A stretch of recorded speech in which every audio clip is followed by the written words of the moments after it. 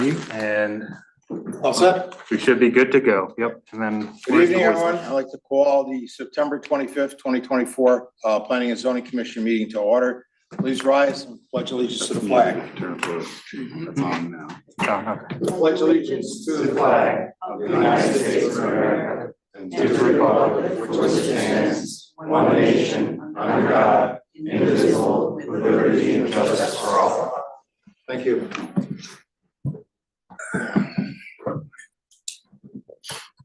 Okay. Maureen, can we please have a roll call? Sure. Commissioner Claffey? Commissioner Fox? Here. Commissioner Minor?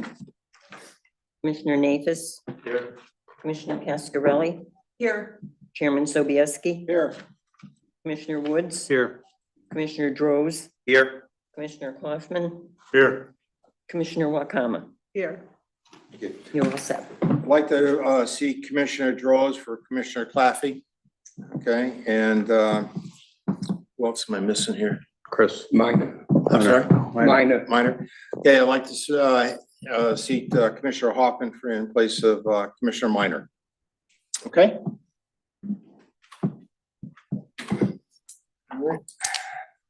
Staff Presidents Paul Dixon and Eric Hinckley. All right, approval of the agenda. No changes to the agenda, Mr. Chairman. Thank you. Public participation. Let me explain something before we start. This is for items not on the agenda. Okay. Right. Anybody wishing to speak, please come up for items not on the agenda. Please state your name and address for the record.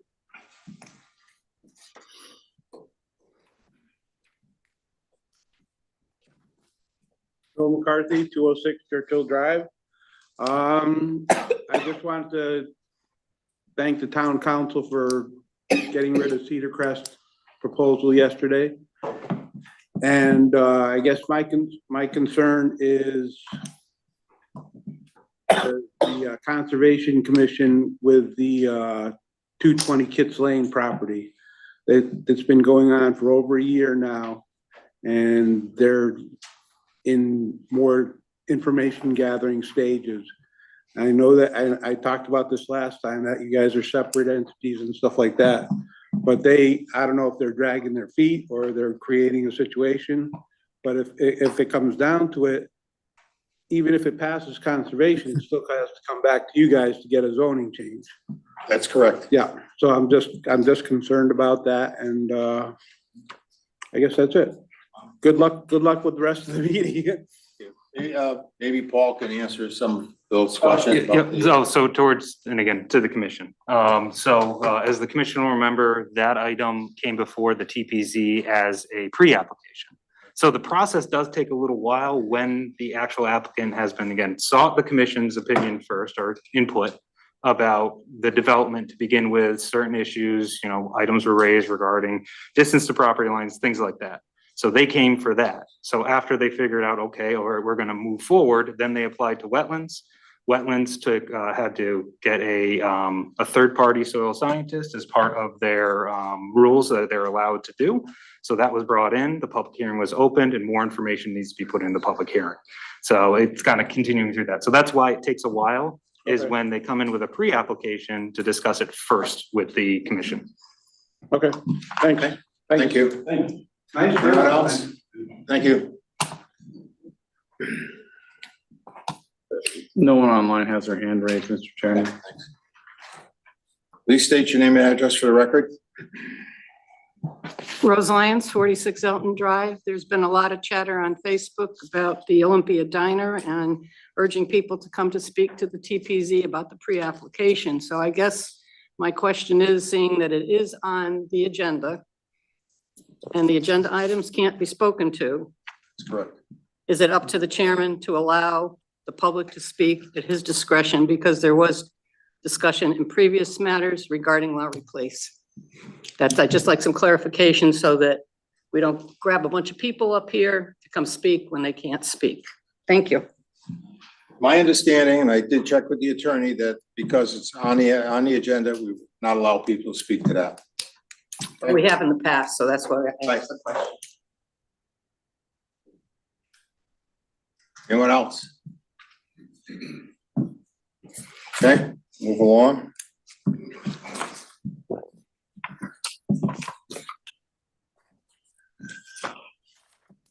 Okay, next is,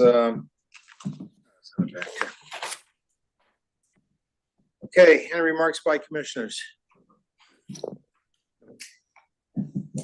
Okay. We're gonna hear, we have a public hearing for, TPZ 20-16. You wanna read it, Jim? So what I can do, Mr. Chairman, again, it's calling to the public hearing to order, which you have done, and then I will read the notice into the record. So notice hereby given that the Newington Town Plan and Zoning Commission will hold a public hearing in the Helen Nelson Room, room 105 at Town Hall, 200 Garfield Street, Newington, Connecticut, on Wednesday, October 23rd, 2024, to consider the following petitions. Petition TPZ 2418, special permit section 3.13.0 and 3.11.1 for a place of recreation for seasonal indoor pickleball courts at 175 Lowry Place, AKA 103 to 175 Lowry Place, in the BTC Business Town Center Zone and Town Center Village Overlay District.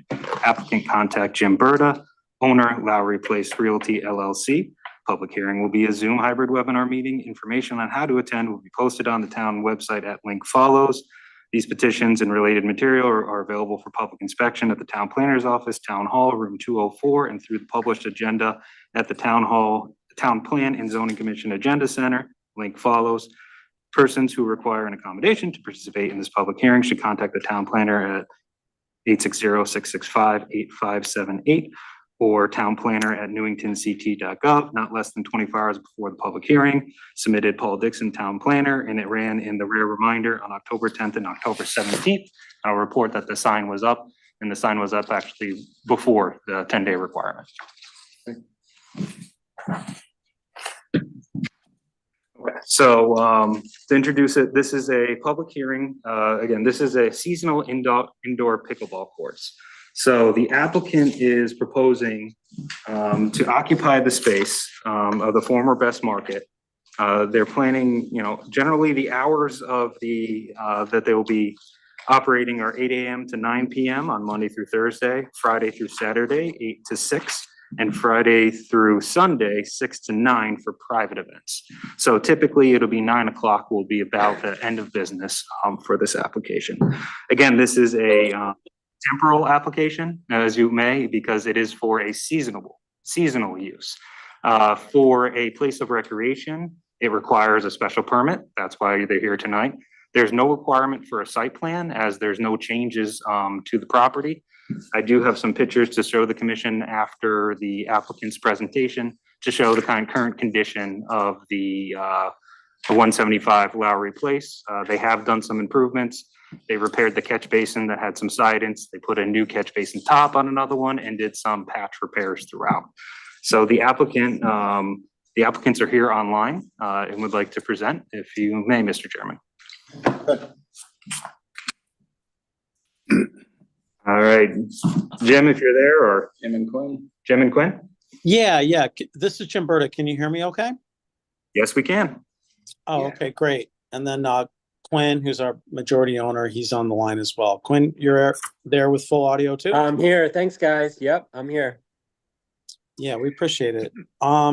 As far as presentation, I think more than anything, we certainly will take questions, but with that in general, we're really excited about the possibility of being in Newington with this business. As you know, or as people have heard, whether you're in racket sports or not, pickleball is certainly just a growing force nationwide and globally. It involves people of all ages. There's a lot of positive health for it, especially for seniors, which is a significant amount of the population that play. And the sport is interesting. Quinn and I both own and operate tennis clubs, so we have a lot of experience in the industry in both Glastonbury and Simsbury, Connecticut. And with pickleball, most people do play outdoors up until about 50 degrees or so, where tennis players come inside much sooner.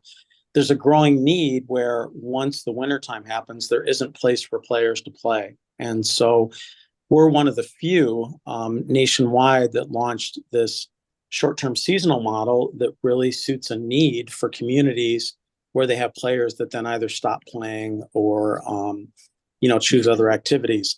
We think Newington has an active population, and we're proposing that we put in the 7 courts, which can accommodate up to 28 people at a time at a changeover where you might have 28 people playing, and let's say it's your busiest period, all 7 courts are taken. You might have another 28 people that are checking in or waiting.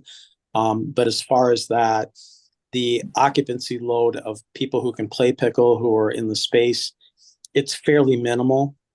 It's not going to overload parking. It's not going to overload traffic. There'll be no noise concerns because it's indoor pickleball and it's mainly just the noise of, hearing the pickleball being hit.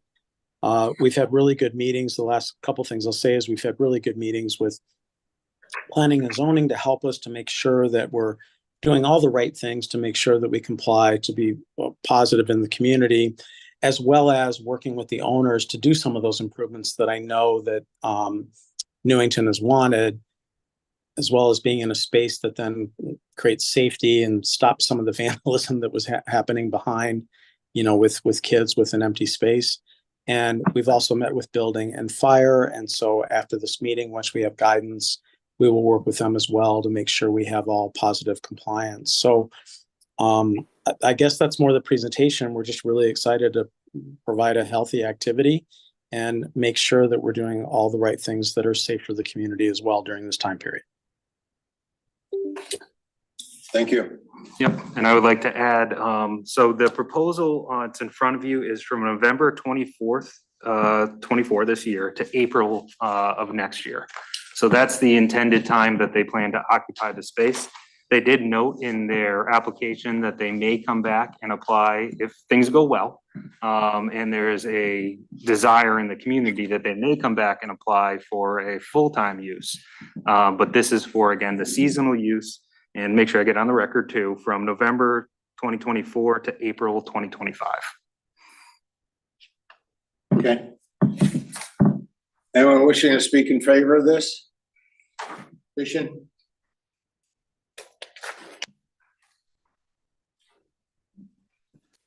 Anyone online? No one online has their hand raised, Mr. Chairman. State your name and address for the record. Matt Plord, 258 Audubon Avenue. I think this is extremely exciting. And given that in many ways, this is the hopes of the tenant is for this to be a proof of concept, I hope folks go and use it and enjoy it so that they do apply for a longer lease at this space. And I'm glad that it's also brought the owner to the table and doing some great work, particularly with that parking lot. So I'm in strong support of the proposed development. Thank you. Anyone else wishing to speak in favor of this application? Yes. Gail Madrico, 21 Isabel Terrace. No, I'm glad that there's going to be some use for that space, and certainly pickleball is something at some point I'd like to take up. I used to play racquetball quite a bit. I actually have questions. A few is like, the lease is, I guess, from November to April of 2025. What happens after that, I guess, if Goes dark. I mean, I know it's like a temporary and they're gonna, so if, and I hope this doesn't happen, but if the clients don't come, then the lease is just gonna stop. I guess you can ask, you can answer the questions later. And I'm just wondering, I know it's seasonal, but people do play outside. But it would be nice to have an air-conditioned, I think, facility to play during the summer inside as well. So maybe the applicants can think about, that doesn't necessarily have to be seasonal, because during the summer, there's rain, there's heat, there's humidity. And should this facility take off, I think there is opportunities to expand it to full-time. But even if you don't if it's not beyond April and you really want to have that seasonal break, is there any way to do something in the interim during that period? Because I'd hate to see that that activity that hopefully will be generated by this application to come to a halt for 6 months during the summer. I don't know, maybe give lessons, maybe rent out space for community meetings, or I don't know, put volleyball or something in there. But I do support the use of it. I think it's a great plan, and I hope it goes beyond seasonal. I'm happy to answer some of that. This is Jim again, if you'd like me to. I think those are really great questions. Yes, Jim, please do. Yeah. So in a lot of transparency, which I think is good transparency, a lot of people have entered into this market with the pickleball. You know, I think, again, those that haven't played are seeing it everywhere, and it has become kind of the fastest growing sport, especially since the pandemic. It's been around since the early 1990s, and people have barely heard of it, but it was one of the safer sports. And so as so many people played, because there's such an ease to entry, it doesn't take much to learn the game. It's on a smaller court, that there are so many that are like, wow, let's just find a space. We'll do year-round business. We'll invest all this money. We'll make all this money. And that's not the pickleball crowd. It absolutely isn't. And so as Quinn and I entered, so many have gone in and they've gone out of business, within 6 or 7 months. So why we first started the temporary model was the supply and demand aspect. But what's interesting, and what our full hope is, and to your point of some of those questions of use of the space, is it's really difficult. It's really difficult to find a space, and then, within 6 or 7 weeks, to find that space that has ceiling height, that has everything that you need to be able to play safely, and to have it up and running in 6 weeks, with full staffing. But the fact that we are in the industry, we're able to do it, and we're able to do it really well. And so we keep looking at each other at the space in Newington, and we say, let's work so hard, because it's in our backyard, compared to Guilford last year, which was great, but it was also an hour away from us, of making this a home base. So our director of pickleball, he has worked actually at both of our clubs, and he has very limited court space to fill. And I said to him, at my particular club up in Simsbury, we're one of the few that does have air conditioning. It just works that way. Most tennis clubs do not have much indoor programming in the summer, and semi shut down. And we did have those aspects where people can come in and not deal with the wind and the sun. And I said, listen, please put together programming. I was pleasantly surprised with how many people wanted to play indoors at the summer at my little tiny tennis club up in Simsbury. So our hope and intent is to make this very programming strong. If someone just plays, and it doesn't take long to learn, like if you said you hope to learn the game, you're going to learn it pretty quickly. We're going to teach it, and you're going to meet a lot of new friends, because it's a very social sport. And a lot of those friends will go, well, let's go to the park and play, and it's free and it's beautiful out, and you do that. But if all of a sudden you have programming where you're getting better, and you're having an instructor that you really like, you do pay to come in and do that. And the other thing that Quinn and I have done is that we realize, well, we're not going to invest. Some of the places are investing like $1 million into the location, and then they try to charge pickleball players, hey, it's going to cost $800 a membership to join, and it's going to cost this. And pickleball players are like, wait, I play for free outside. At the tennis clubs, we go off hours for $15. Quinn and I don't require membership. If you do a membership, it's only $59 for the entire time. The cost of the courts is going to be $7 to $12. We are really positioning this to, wait, this is so affordable. And the owners have been great about working with us to make this affordable. Like, they want us there, that our intent is to be programming strong. If that's the case, people will come indoors for programming, because you need that professional, you need the structure. If not, because we are in the area, and because there's so many other things you do, offering indoor mini tennis camps on the court, what a wonderful space for summertime corporate outings for pickleball corporate outings in the summer that people look for. And we had this great corporate outing at the winery outside, but it rained.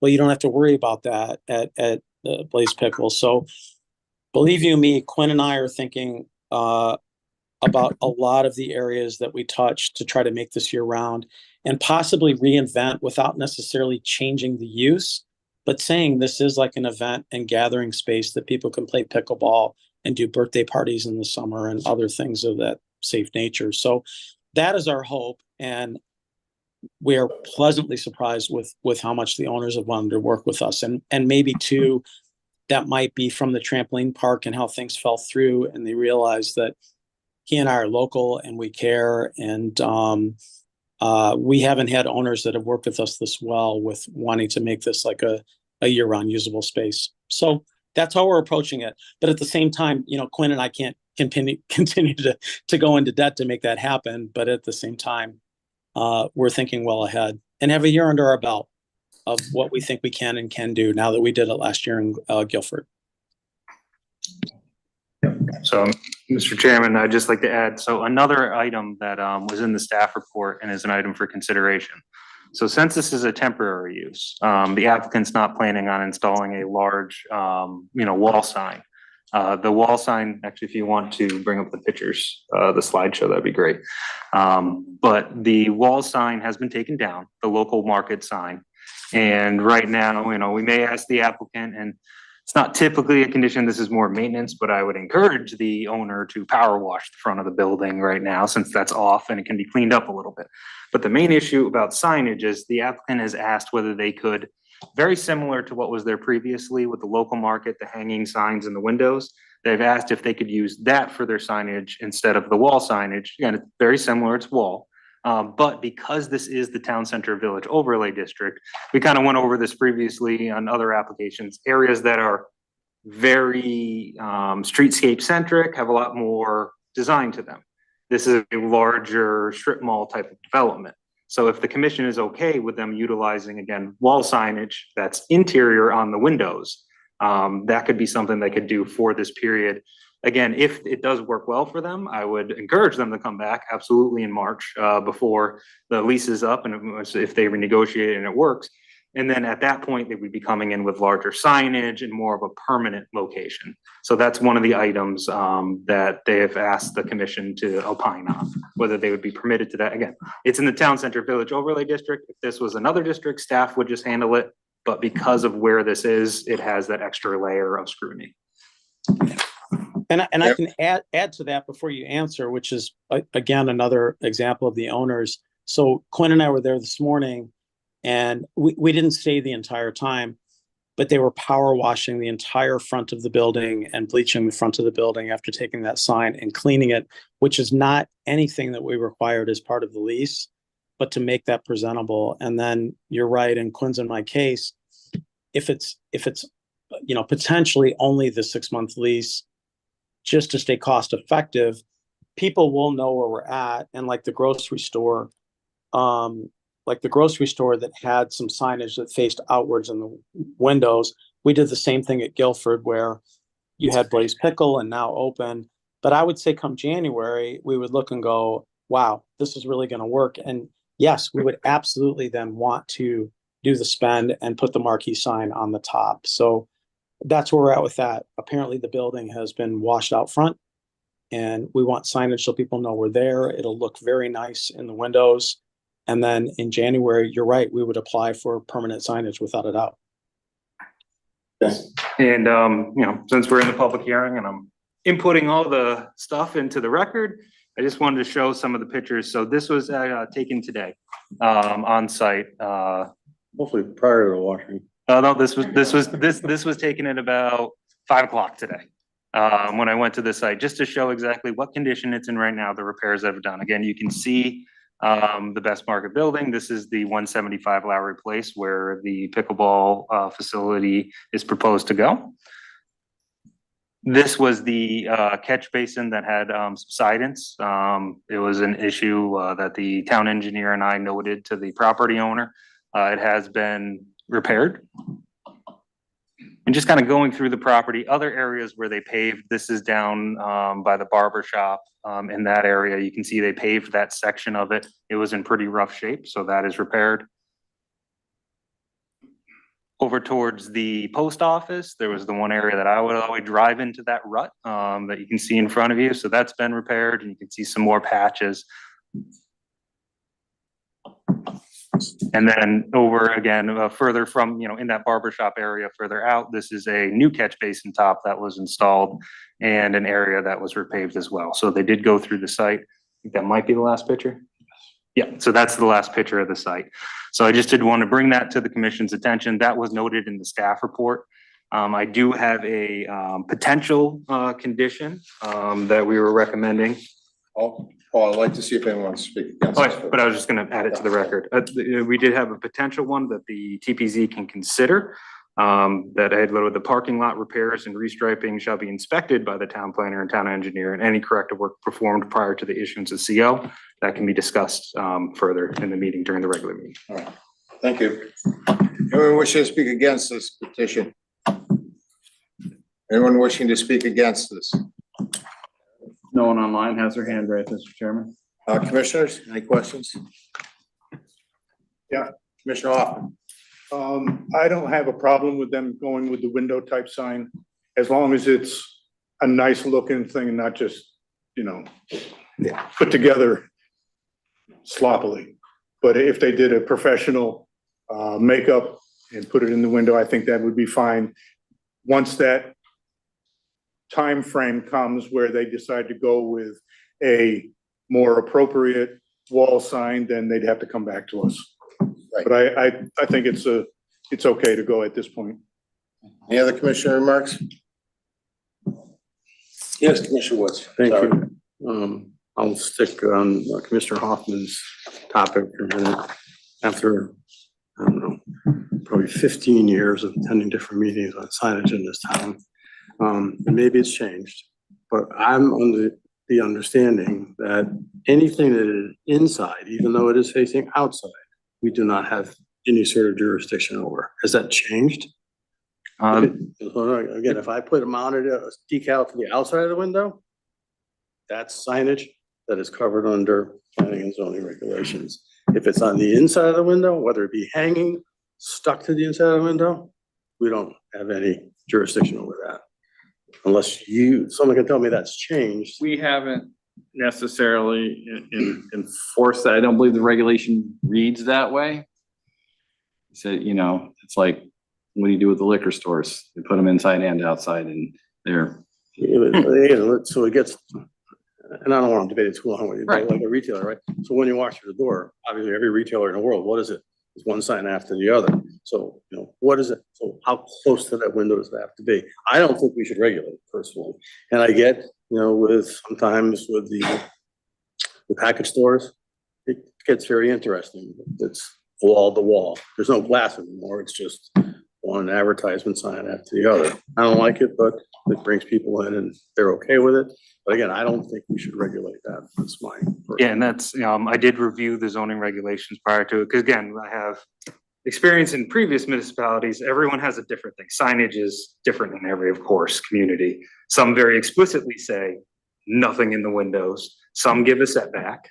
I've had other applications where they've put it on backs of things and set it in a couple of feet and went, well, if it's inside, and that's that gray area. Right now, I would say it's not easily defined in our regulation. So if it historically hasn't, and again, the main reason I bring it up in this application is because it's in the town center. And that you have that extra purview over signage in general. Again, personally, I don't think we should regulate it, but that's a discussion for another point. But specifically because it is such a short period of time, I don't see any reason why they can't hang something there. Although I am disappointed that we don't have the ability to make some improvements to the exterior of the building, and not necessarily to the tenants. I don't know it's their responsibility to fix it if they're there for 5 months. But the building has deteriorated.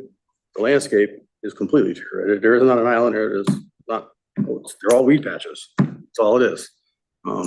And I would hope that the owner maybe takes a little bit more interest in preserving and enhancing to look at this property now that he has this tenant.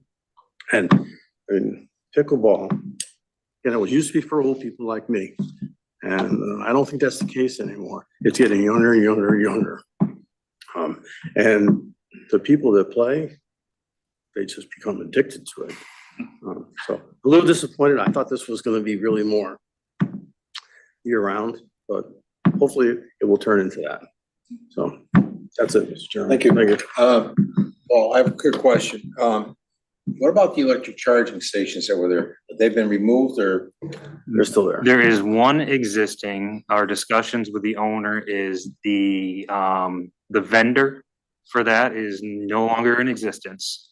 So it'd have to be completely reworked, a new vendor come in. So right now it's a vestigial charging station, but if this again was a full-time use, we would be evaluating a little more, and especially if they were making more changes and making a bigger investment on signage and, you know, all the different aspects of the parking lot that might change. But again, as a temporal use, that they're not going above and beyond and doing lots of changes. There's no changes to the exterior other than the repairs that have been made and potentially a little bit of restriping in front. You know, we requested to kind of put a crosswalk there, but we can continue to work with the applicant. No, I'm just curious. Thank you. Any other questions from the commissioners? Commissioner Fox? Yeah, thank you, Mr. Chairman. Through the chairman, I want to just elaborate a little bit on Commissioner Woods' comments. I remember when we were doing, you might remember this, Mr. Chairman, when we were doing the temporary signage, which I think took us about 50 million years to do. That was something that came up also. Right. You know, about us not being able to regulate the indoor signage and even on the outdoor signage. You know, we couldn't regulate what they were saying, and so I just want to add my 2 cents as far as that's concerned. That's unfortunate, but hey, I do have one other question. Well, whatever signage you put up on the in the windows there, will they be covering everything inside, or the people playing pickleball are going to have, you know, be viewed from the outside, or what? Will there be blinds? So I would like the direct answer to that to the applicant, because they will be designing the signage, although I will add from a staff perspective, it's likely they're gonna want some transparency and visibility into the use. And if you consider the size of those windows, you know, we would be holding them to the same wall signage kind of requirements in size. So that's, you know, the 1 square foot per linear foot. It is a big building, but it is unlikely that it will cover all of the windows, but I will let the applicant answer that. Just thank you. Thank you. Any other questions from the commissioners? So Jim, or would you like to answer that? Yeah, no, absolutely. So with regard to the signage and how it would look, and keep in mind that Quinn and I run tennis clubs, and as we run tennis clubs, that's a clientele, as it was pointed out, that yes, not only is pickleball seniors with disposable income, but you're having, you know, walks of life that want to feel like they're walking into a club, and that they're walking into an environment that is safe. And so our signage at Guilford, they felt great about. It's professionally made banners that look fantastic, that say Blaze Pickle with our logo. I probably even have signage from, you know, how we did it in the vestibule at the former Walmart there that now is, you know, becoming a Target in that location. And they were thrilled with how we were using the space beforehand. So with that, we want to make sure it has that professional look as a tennis club would. And then as far as the windows, the glare that does come through for when people play pickleball, but at the same time, the safety, you know, we know from the building, you know, we have employees at the building, and we feel that some of the vandalism that has happened there, even the vandalism that happened most recently, where that space was broken into and some of the toilets were smashed and lights were smashed, and there's very graphic graffiti on the back of the building. We plan to paint over that. We plan to make sure that that safety light that is behind the building that is kind of hanging is completely repaired for safety. We want our employees who are closing, knowing that it's going to be dark at 4 o'clock at night, that people can see in. We are and see out.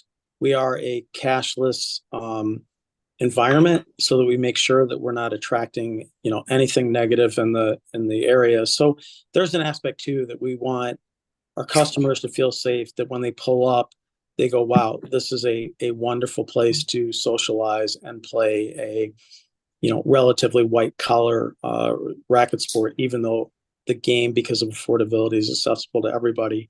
We will be working on, once we have the court layout, we will be testing like which windows create some glare that gives some safety issues for the pickleball players, right? Like if you have all those windows and a ball is coming and the sun is coming through at 3 o'clock in the afternoon, do you have a blind that you need there, or do you strategically place like a,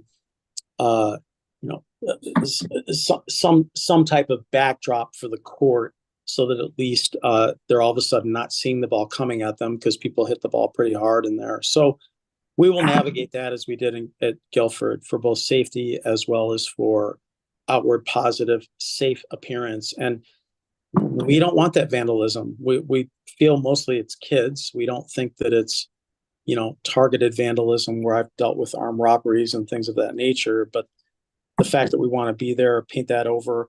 We noticed that the owners, with all of the upbrush of landscaping, which would be weeds basically on the side of the building, they have trimmed all that back now to that entranceway, which again, we didn't ask them to do. The power washing on the front of the building, when we met today, and again, we were only there an hour, he said, hey, we've only just begun. We haven't even done the bleach yet. So it seems like they're taking a lot of this seriously, because we're taking seriously that we want to be here. And anything that doesn't go well at Blaze impacts the reputation of Quinn Howe and Jim Berta at the Glastonbury Tennis Club and the Simsbury Tennis Club. So there's a lot of it that we want to feel that these two guys do great things for the community without necessarily, throwing unnecessary money into an industry that is somewhat challenging yet exciting. Mr. Chairman, if I may, Yes. two things from the zoning and signage. So the reason they're asking about the signage on the windows is because we do a lot of temporary banners, but they are only for 50 days each year. So obviously that's not going to cover his 5 or 6 months. In the past, when other applicants have talked about, putting things in the window, clings and stuff like that, as described by Mr. Woods, I always work with them to make sure that we do have open windows for life safety, so fire safety can see in and out. So I'm sure they will do the same. And like I said, there are numerous large windows there, so I don't suspect it will be an issue. There won't be any Yeah, I glare, remember. they all face north. I remember when we went through the signing regulations, as Commissioner Fox mentioned, it was a long and tedious operation. And I thought we had it pretty much set, so. Thank you. Any other commissioner remarks? Hearing none, I'll entertain a motion to close the public hearing and move it to new business. So moved. Second? Second. Okay, all in favor? Aye. Opposed? Thank you. Next is going to be approval of the minutes. I will abstain from voting because I was not here last month. And so will I. And, yeah, Commissioner Fox was not here, so.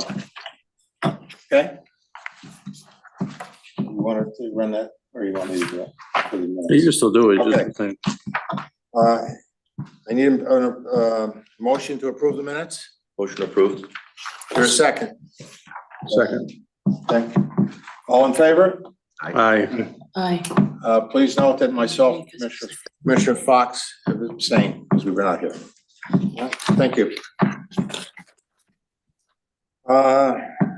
Okay, under new business.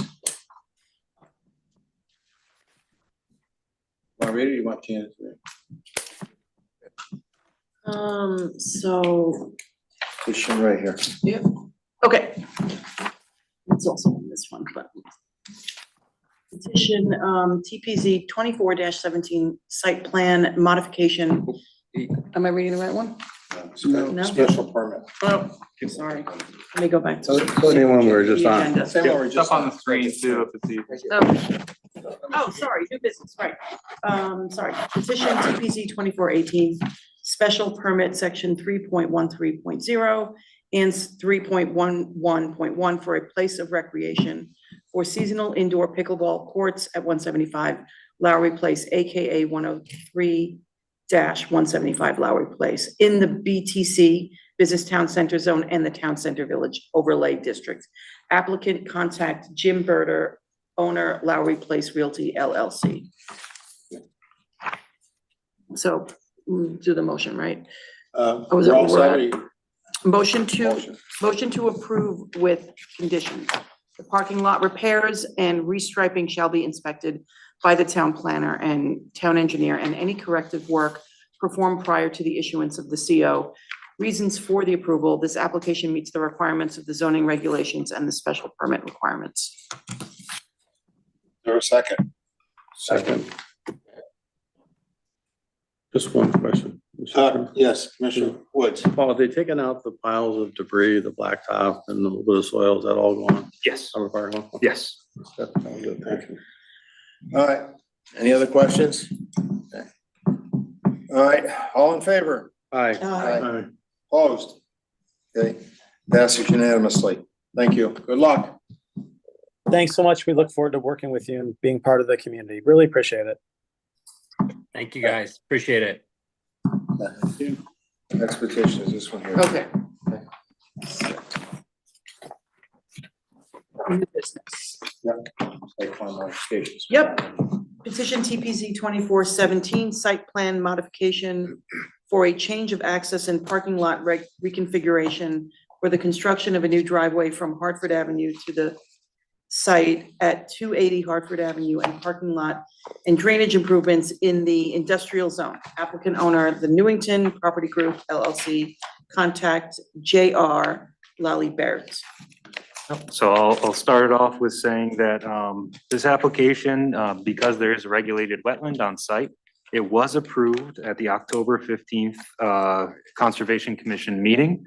So the TPZ can act on this item. This is an item we have been discussing with the property owner. They do have a newer tenant in the business, in the building, which is a dog daycare and, you know, that type of business. In addition, it's used for junk luggers as well. Staff had some comments in the staff report. A new plan was submitted on Thursday, I believe, when we were putting the packets together. So we did submit that new plan out to the commission for your review, and it was included in the packet for the public to review. We've conducted a preliminary review of it, and most of the items have been addressed, but you'll see in your motion that we have a general condition if you choose to move forward with this application.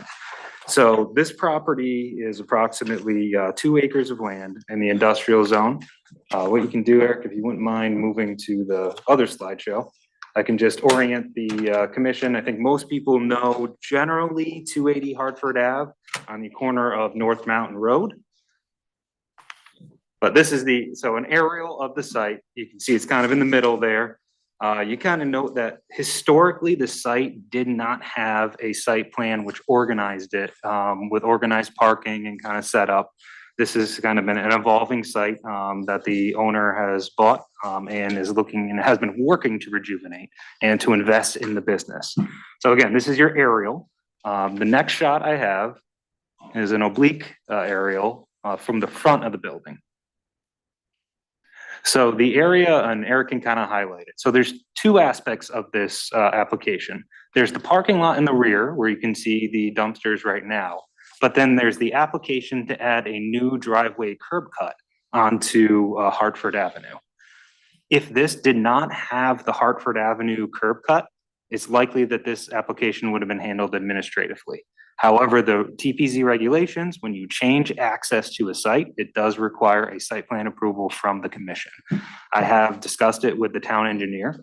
He has no comments and no issues with the location of the new driveway, which will show on the plan.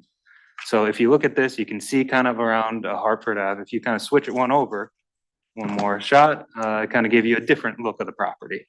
So looking on the North Mountain road of this side of the road, you can see the existing parking area, the existing building, And there's, again, the unorganized parking that was out in front of it. It's a very long curb cut, but it's existing. It's all pre-existing in this industrial area.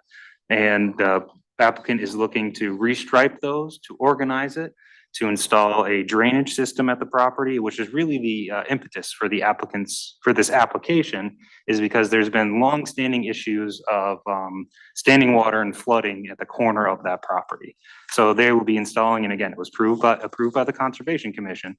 They will be installing a underground detention system in that parking lot, new drainage, and reorganizing the parking lot. So what we can do from here is I'll have Eric put up the plan, and Mr. Chairman, I'd like to hand it over to JR to kind of go over his proposal.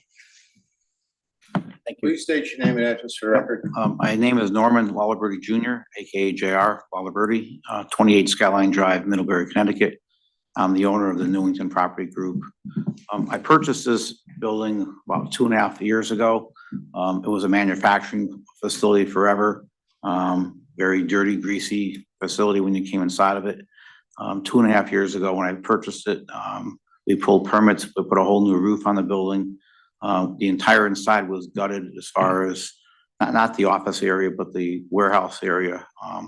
Everything was cleaned in the inside, everything was painted inside, all new heating system put inside, all new LED lights inside, cleaned the whole floor, ground the whole floor clean. The bathrooms were all ceramic tile. The whole inside was completely done over. And the outside was the next part of this plan to finish it. We had junk luggers came into about 3,000 square feet. They're in the back section that's shown on the drawing.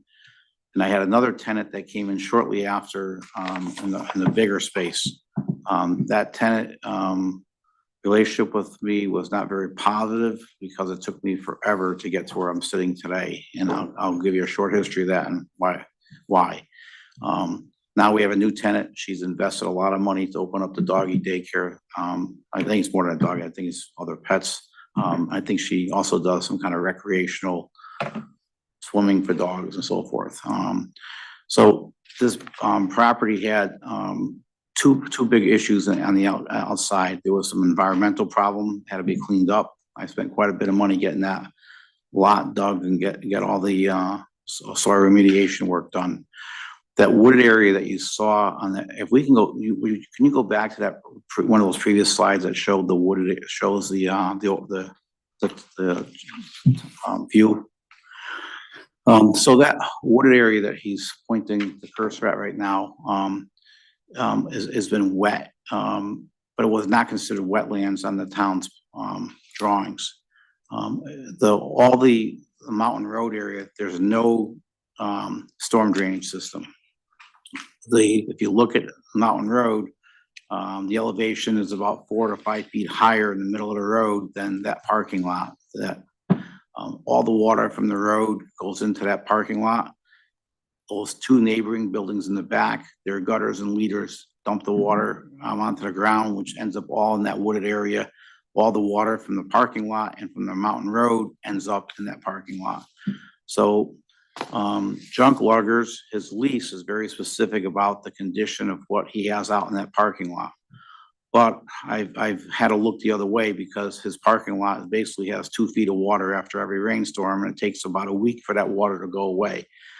So once this parking lot is repaved, the terms of his lease to organize that and keep it neat and clean will take control of it. But it's hard for me to push a tenant to follow the rules of the lease when most of his parking lot is water every time it rains hard. So it also added a lot of challenges for the engineer to come up with a drainage plan when we're handling the drainage of the road and the parking lot. In doing so, we did some research on that wooded area, and what was not wetlands before, with the amount of water that's gone into that wooded area, has now become more wetlands. With the Conservation Committee, I've agreed to let that become considered, and there's a drawing for that shows what the lineals of the wetlands is. I've agreed for that to become permanent wetlands. So what also took a while is once that we let that wooded area become more wetlands, it means that I had to worry about being in the upland review area for my parking lot. Not very much of it, but the only way they can properly drain that parking lot is to put that underground detention system in, which I'm also spending the money to put an oil separator system in, so the water is treated going into the underground detention system. And that should prevent the amount of water going into that wooded area, from the property and from the road. So that took a long time for an engineer, for the environmental tenant that was very unhappy that left. A new tenant coming in had patience and faith in us to get this finally to the finish line. The new driveway going on Hartford Avenue was something that was promised to Junk Luggers when he first moved in.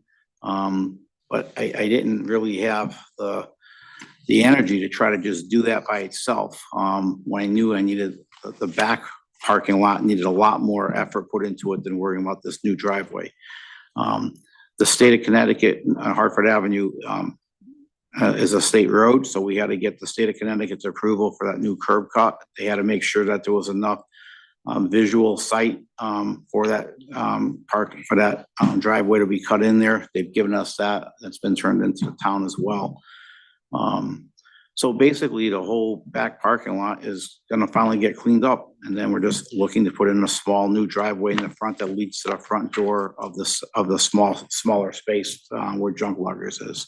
When we did all the doors and windows over on the building, the door that used to be where that new driveway is going was an old rusty door.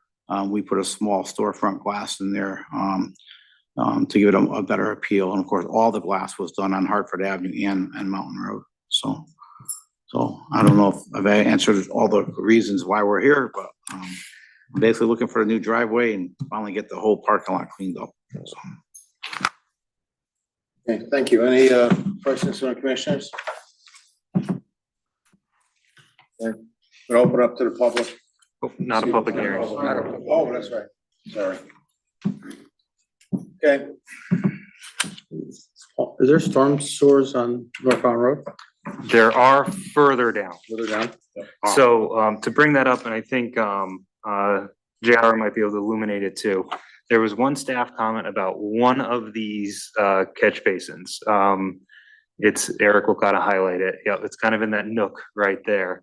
Right. That I believe it has been TV'd. Right. The current information that the engineer had said it ends in the soil. I believe you had one where it said that it connected to some pipe out there. Okay, so that storm drain does not appear in anybody's map, other than the fact that we know it's there, right? There was a concern of that catch basin connected to the sanitary sewer line, since there's no storm system close by. The sewer line is only 40 feet away from that at the most. We ran a camera 150 feet into that line, and all we could find is a little bit of sand in the bottom of the pipe. We couldn't get a camera to reach any further than 150 feet. It's going towards Hartford Avenue. There is a catch basin down across the street, so whether that thing goes all the way there or not, we don't know. But we went way past the sanitary sewer lines. We know we're not connected to that. The engineer at first was just gonna eliminate the catch basin rather than get into a conversation of what that thing goes to. And it was determined from the engineering department that it doesn't handle a lot of water. It's not bothering anybody. Anything it does helps us. So just leave it alone. And that's why it's still there at this point. I have one question. You mean to tell me that North Mountain Road is at higher elevation in your Oh, yeah. parking lot? Yeah, if 2 you foot stand, higher than the finished floor of his building. So, and we have no drainage on North Mountain Road at all? not at all, not at all. Not at all. If you stand in that parking lot and look up, you're about this high in the center of the road. The road goes like this here, and then you're right, the elevation shows you on there is that the building is lower than the street is. Yeah, your finished floor is 100, Right. 0.6, and the road is 102. Right. I do know that if I remember when I worked for DOT, most of the drainage system on Hartford Avenue was down to across the street from Ball and back into the stream that's in there. Okay. So that's what I was wondering. Okay. Right. And again, I'll just say that So the potential staff commissions on this one, and also why the applicant is in front of you, whether they, agree to them, because that's a good process to do too as well. So again, on this one, we will be requesting, again, most of them have been addressed, but it was again received last Thursday, so preliminary review has been done. They're looking good. Again, there's the question with the pipe, which will be resolved with the town engineer. So the staff conditions, the plans modified to address staff comments dated October 10th, 2024 that are included in the staff report. Notably, comment number 3 regarding the termination point of the 6-inch PVC pipe running westerly from the basin North Mountain Road, and that those modifications approved by the town engineer and town planner, and that all required permits from the DOT and other applicable agencies shall be obtained by the applicant prior to commencement of construction of the new driveway. They noted too that they've already been in contact with DOT. The copy that I got from the town engineer was more of the items filled in, but not an official encroachment permit or approval. I think there's back and forth on one, but again, you've already had discussions with them, so that's forthcoming. I turned the letter in from Okay. the state quite a while back, so I don't have the copy with me tonight, but we did turn it Yep. into. And I think they'll be working with it. It's kind of a standard condition, but I did want to get those out there just to make sure that when the applicant's in front of the commission, if you have any issues with those, they could be discussed. No. Other than that, as I noted, on the back part of the parking lot, we would have handled it administratively for a new drainage system and just reorganized parking spaces. And it's mainly just in front of you for that driveway, which goes to a DOT road and they will review. Sure. Make a motion for petition 24-17, site plan modification, that we move to approve with conditions. The plan shall be modified to address staff comments dated October 10th, 2024 that are included in the staff report, notably comment number 3 regarding the termination point of the 6-inch PVC pipe running westerly from the basin along North Mountain Road. The modifications to the plan shall be approved by the town engineer and town planner. 2, all required permits from the DOT and other applicable agencies shall be obtained by the applicant prior to the commencement of construction of the new driveway. Reason for approval: this application meets the requirements of the zoning regulations for site plan modification. Second, Second. all in favor? Aye. Opposed? Thank you. Passes unanimously. Thank you, everybody. Thank you. Good luck. I'll make it look, I promise you. Thank you for sticking there through the process. It doesn't rain anymore, so you're all set. Gotta worry about the ice. Paul, did you want to do the bond reduction? You want to see? Next item. So item C, the request for a bond reduction and modification of partial site plan acceptance approved March 7th, 2024, April 10th, 2024, and August 14th, 2024 for Building 3 at 96 to 100 Payne Road for the approved petition 2321 at 3333 Berlin Turnpike. Applicant contact Scott Nielsen, owner residences at Newington LLP. So I can kind of just provide the overview. As noted in the, as approved before, the commission has seen this project multiple times in front of it. So this is for the final building. So building 1 and 2 have been CO'd. As noted in the zoning regulations, that for a site that is not complete, that the TPZ has to approve the partial approval of that site for the areas that are complete. So what they're asking for is the area around building 3 to be able to obtain the CO. The town has been working with the applicant.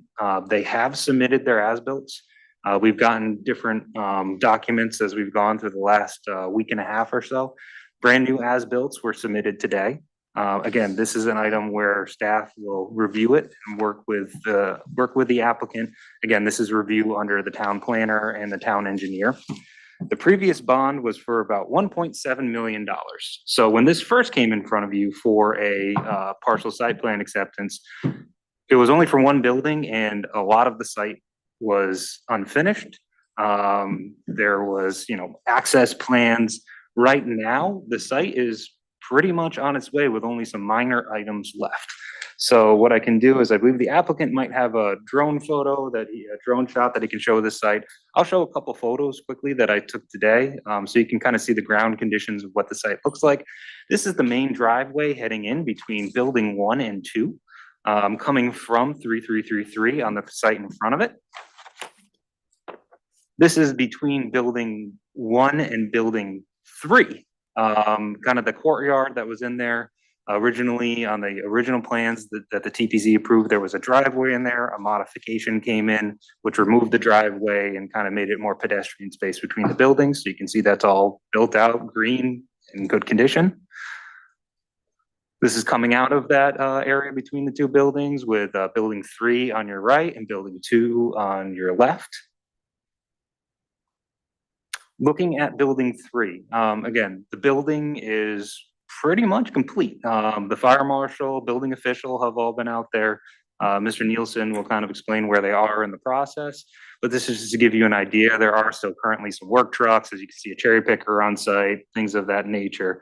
But again, this is for the final cleanup of the site, and all that would be removed prior to CO for the site. Building 3, looking at the front entrance, that's in that little entrance courtyard area. You can see the landscaping is done in the area in front of it. I will be reviewing all landscaping as a final closeout item on the site, addressing any issues. And then the next picture should be behind building number 3. There'll be 2 of these. This is, again, one side. As you can see, grass is in, everything's striped, permanent pavement is there, everything is down.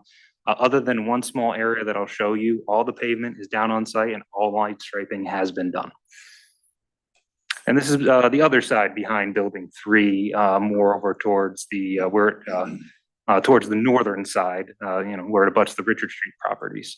As you can see, the garages are all in place. Everything is done. The only items really in this area is the fences around the HVAC units. The stormwater detention pond has been completed. The applicant's engineer has certified that it meets all volumes, and it was constructed to meet all the specifications per the plan. And that has been seeded with the proper seed mix per conservation and TPC approvals.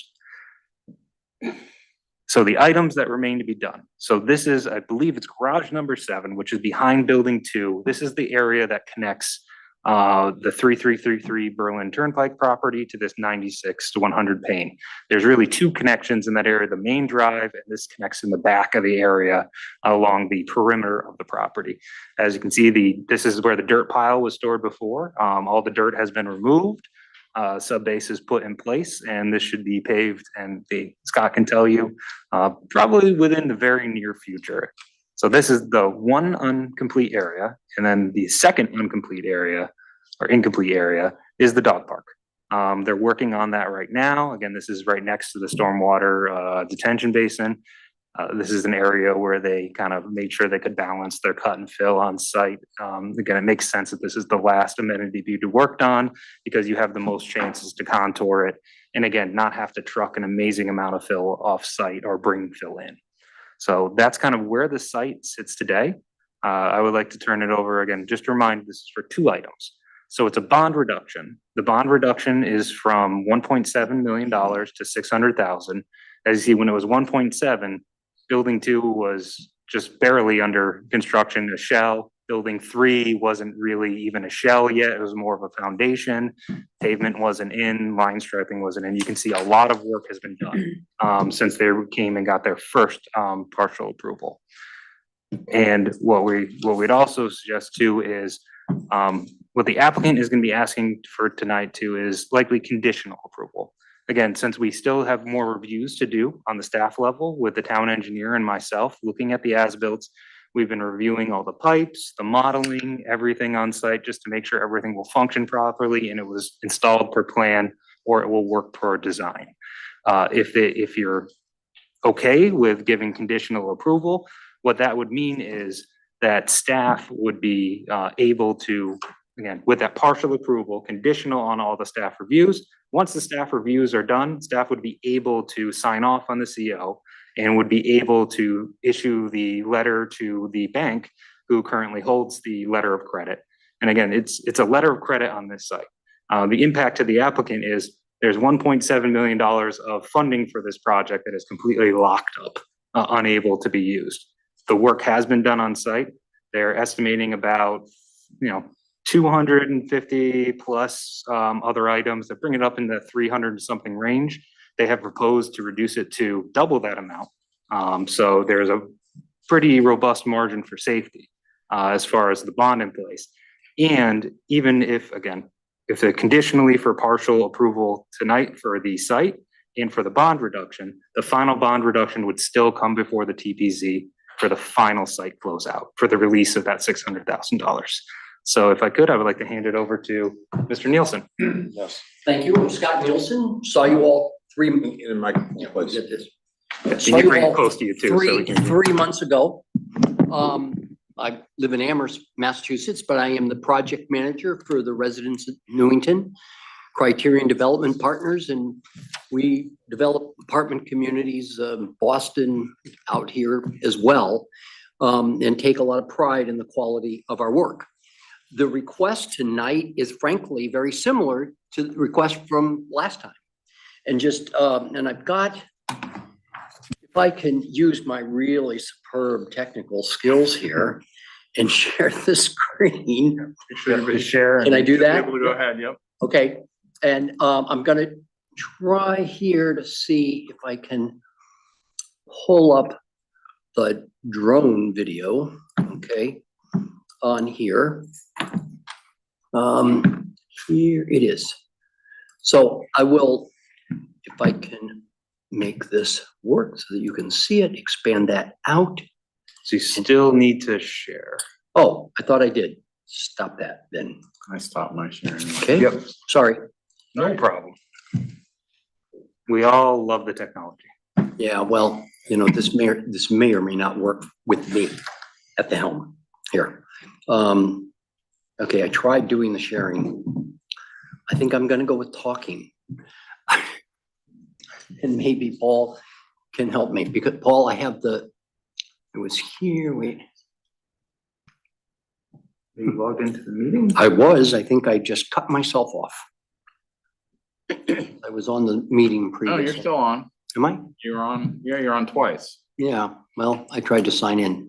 Oh, you're signing in through a browser? Yes, so I'm not sure that this is gonna work. Just use Alt Tab. So hold down Alt Tab a couple times and just hold down Alt and hit Tab Tab, and just hit it a couple times and then, just hold Alt, then press Tab, just click it. Just one time, each time, and you'll get it to right there. I see.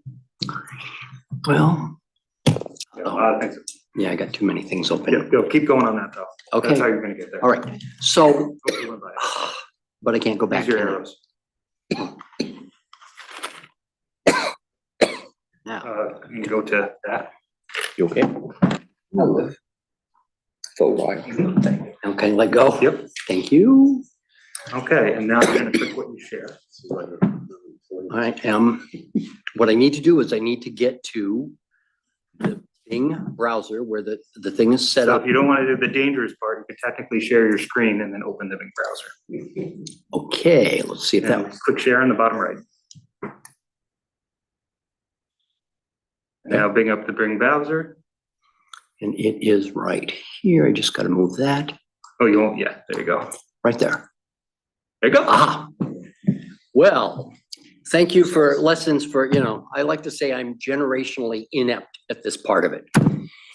Creating a good construction team, I'll go against anybody. Digital immigrant. Yes, there you go.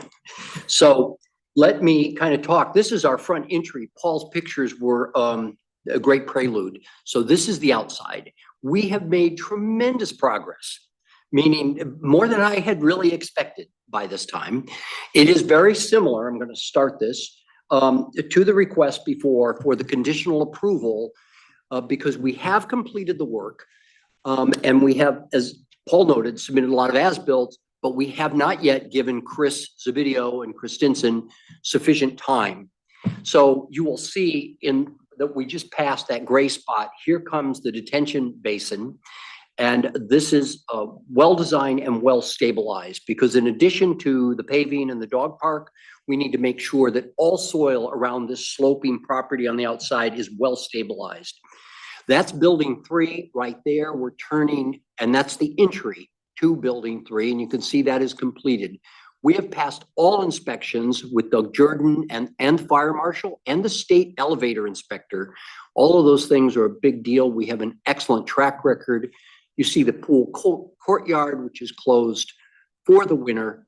But we also have been able now to attract like 120 units for rent, meaning like 150 residents already live here. Most of them new to Connecticut.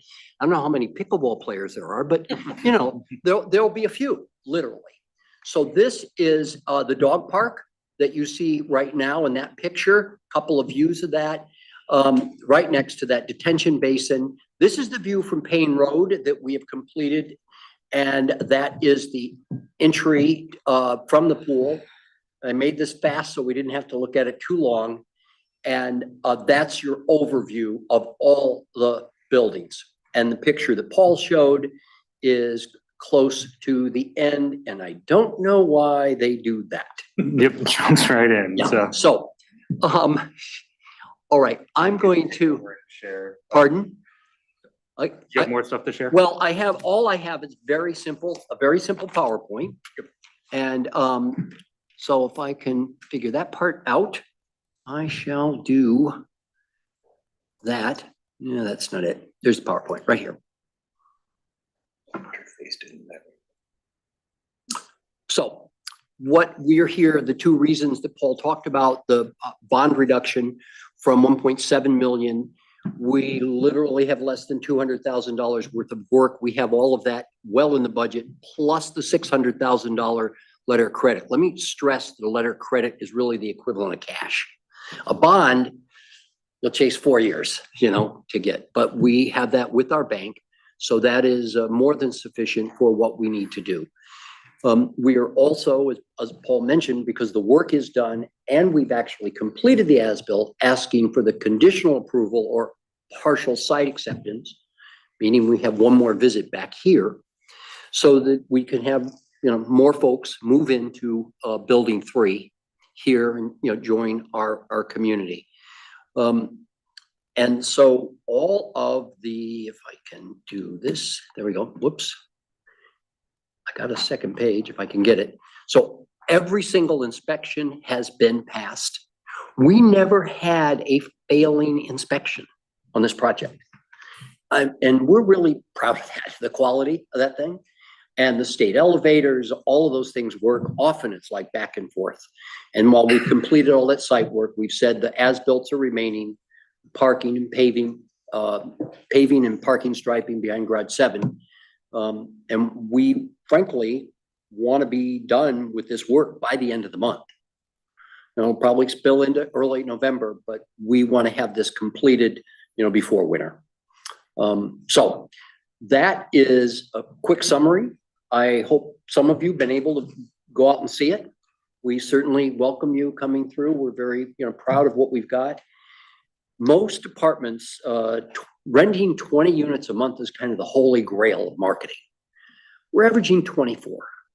Now, that says something about Newington as a desirable community. We also think it says something about the community we're building. So we are, you know, frankly, I liked what the pickleball guy said, because we too want to be part of, you know, a growing community and contributing to it, and think that that's what we're doing. So that is the summary of where we are. That the certificate of occupancy, as Paul said, would be issued after the very thorough review of engineering and planning. And we are, I'd say, halfway there, you know, to that. And that will take a week, 10 days, I think, at the most. Thank you. By the way, our engineer, Matt Bruton, is online. He's from BL Companies. If anybody wanted to ask any questions, I mean, I think we've got that pretty well covered, but we did ask him to be available. BL has a good reputation, you know, in this area, in this region, and they've been very helpful to us. So, Thank you. Any questions from commissioners? Yes, Commissioner Woods. When was the retention pond seeded? It doesn't appear that there's, when was the retention pond seeded? It doesn't appear there's any germination. just last week. So, but with the seeding, and understand there's, we have those hay mats, right, that are like I 10 saw feet that. wide, yeah. But yeah, that was just seeded in there. Do you know what you use? Is it New England? Yeah, I know Conservation? exactly what we use. Ironically, the people who produce the seed live up in Amherst. I've known them for 30 years, Oh, we know New what England those- wetland plants. Okay. So the bottom, they did work for me in Massachusetts for 20 years. So we used, and I gave Paul the bag on the, and the invoice, because he was very specific about that. We want him, and we appreciate that. The Bag of town, weeds. pardon? It's a bag of weeds. Well, Bag of native yeah, weeds. right, it's Bag of Newington, yeah, it's the wet mix. Weeds are weeds. Yeah, but we frankly, as an owner, I love my construction crew and all those guys, but the inspectors are in some ways our last line of defense. And so we don't have any problem with their high standards and, been able to meet those. So even that detail of saying, I want to see the invoice for the seed, I sent it to them. So. I think you've come a long way. I think the property looks really, really well. It's obviously, it's neat, it's clean, it's well kept. Again, when we were looking at these back in early winter time, it still looked good, but Yeah, we've done a lot of work in a very short period of time. thank you. Those biblical. Glad to see that you're filling them. Pardon? I'm glad to see that you're filling them with new residents. That's even more important. Yeah, I do too. And it's very pleasing that there's this kind of, demand. And frankly, we would look at continuing to contribute to the growth in Newington, because this has been so successful at this point. Careful. Yeah. I too am very pleased with the way it's coming. I think your work is exceptional up there. I haven't been through it yet. I just haven't had a knee operation, but I will be up there next week or so. Okay. And again, Paul keeps me informed of what's going on, which is great. So with that, I'll entertain a motion to. And let me just say, anybody wants to tour the place, stop in, call us or call Paul, and we will be delighted. You guys gave a brief introduction of Carlos Arias, our community manager. He is a wonderfully entertaining guy, and he's part of the reason we're leasing so many things. But we will be delighted to give anybody and everybody kind of a tour of, of where we are. So, sorry, thank you. All right, entertain a motion, to close. Move to close. Second. No, we want to approve it. Motion to Oh, approve. sorry, yeah. Yep. Make a motion to approve. So moved. Gotta read it though. You want to read? Oh, we have to read it, sorry. Yes, so Sorry, let's start from the top. staff does have a couple conditions Okay. regarding Yes. the conditional. Okay, so request for bond reduction and modification of partial site plan acceptance approved March 27, 2024, April 10th and August 14th, 2024 for Building 3 at 96 to 100 Payne Road for the approved petition 23-21 at 3333 Berlin Turnpike. Applicant contact Scott Nielsen, owner residences at Newington LLP. Motion to approve with conditions. Motion to approve the bond reduction and partial site plan acceptance at 96 to 100 Payne Road for Building 3, subject to the following conditions. 1, the bond reduction to no less than $600,000, and partial site approval is subject to the final approval of the cost estimate for the remaining work. The final review of the as-built and any corrective measures required by the town engineer and the town planner. 2, the approval is subject to a final site inspection and any corrective actions required by the town planner, town engineer, and fire marshal prior to the issuance of a CO. Reasons for approval: staff inspected the site on 10/16/24 and didn't find any public safety concerns around Building 3 and noted that significant work has been completed since the last conditional approval on 8/14/24. Second. All in favor? Aye. Aye. Opposed? Thank you. Passed Good luck. unanimously. Thank you very much. Appreciate it. Keep up the good work. Okay.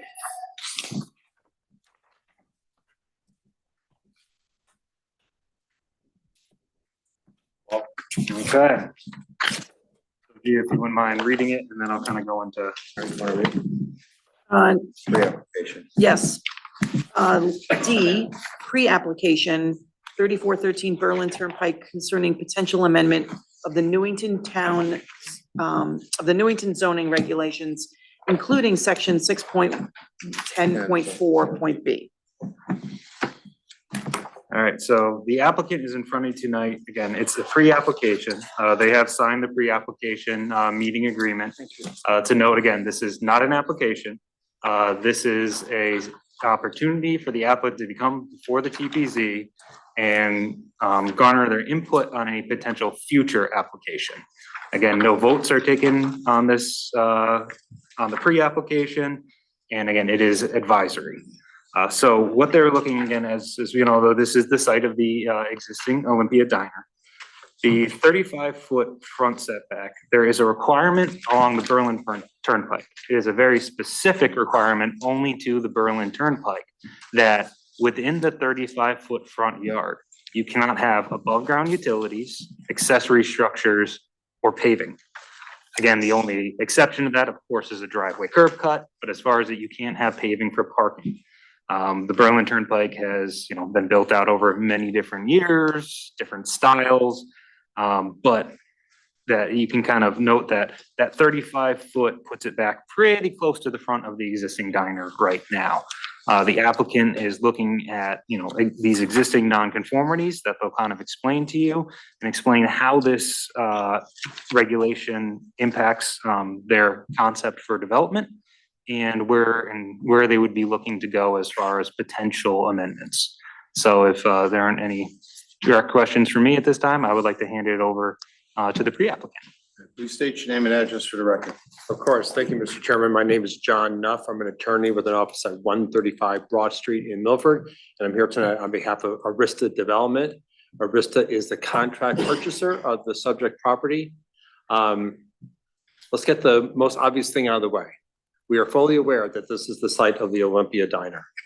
We are fully aware that while the term iconic is overused, this is an iconic building, an iconic site. It is literally a landmark in your town. We understand that. It's been here since 1952. The owners of the property and the owners of the Olympia Diner are here with us this evening. I'm going to ask them to speak in a moment. Their father purchased or took over the business in 1966. The two sons, Stavros and Tassos, have worked here literally their entire lives. And frankly, they're tired. And their children, this is the American dream. Their children have chosen not to follow in their father's footsteps. Because let's face it, it's 7 days a week, probably 364 days a year, working probably 15 to 20 hours a day some days. They want to sell. And as for reasons we'll describe, they cannot because of the unique qualities about their property and the way in which the regulations impact that. So I want to have them speak first because I know that this is sort of top of mind for everybody. For the commission members, certainly we see on social media a lot of comments about this. Our clients want to respect the property, respect the town. They're willing to make any accommodation with regard to the building.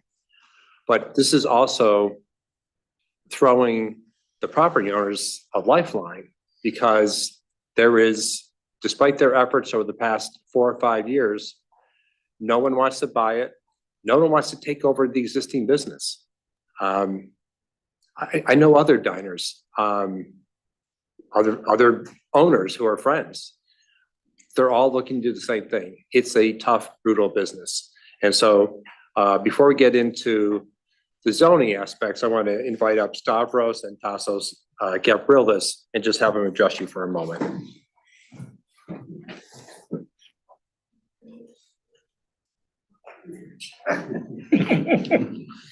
William's father. Please state your name and address for the record, please. Stavros Gavrilis, 134 Tremont Street, Newington. Tassos Gavrilis, 73 Shepherd Road, West Hartford, Connecticut. You look just like your dad. Yeah, thanks. I'm sure I speak for the both of us. Like they said, we've been here since the 70s, straight from high school, worked all the way up to today. I've had 3 kids that were old enough to take the business over. They worked with us.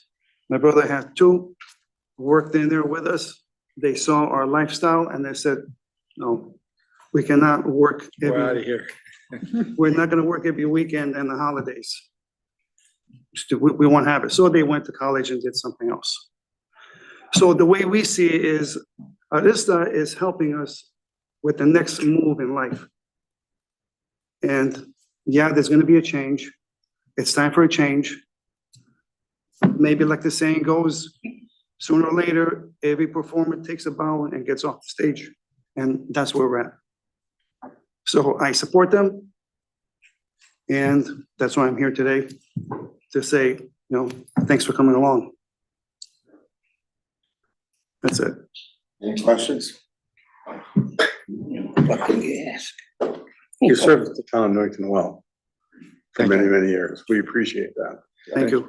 Everybody, anybody that grew up, not in Newington, but the greater Hartford area, probably even can throw in New Haven. They know your establishment and it's the place to go to, you know, especially at 2 o'clock in the morning when the bar is shut down. Yeah. Our dad had a heart attack in the back of the dining room. And the last thing he I said, remember your dad well. keep it going. Mr. Chairman. Good luck into your future. Thank you. And hope everything works out.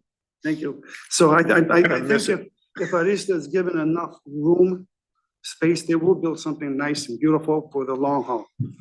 If we constrict them, I don't think much is gonna happen. But if you give them enough room, they will build something nice. So that's what I hope for. That's what we want. And I mean, between your family and the Hartford Drive-In, and also some of us might remember the Berlin Drive-In and the Pike. You I know, remember that rather well. I know there's a lot of sympathy out there in social media. We just want some sympathy to come this way. That's all. well, you know, and I think that's what we can do here. You know, like you say, I'm not that much on social media anymore, but there are a number of people that are saying, what? How can they do that to us? Well, you know, it's like saying, you know, it's one of the things that we say here a lot is you own the property. As long as you follow our regulations, you do what you want with it. I'm pretty sure, and I've spoken to you a couple of times. I mean, it's been a long time since I've been in there, but you know, I know you're doing this with a heavy heart. You know, but as you said, you know, the kids' generation is entirely separate. So, and as Commissioner Hoffman said, I wish you the best of the luck, and I hope we can do our best to make sure you get the best way to put this new thing in. So Thank you. Appreciate it. Thank you. Appreciate it very much. Thank you. You get the wrath because you're still up and running. But most people don't realize is where Bonefish Grill was at that restaurant. That was a diner. That was a diner from the 40s up until it closed sometime late 60s, early 70s. Same thing. The children didn't want to go into the business. Yeah, very tough business.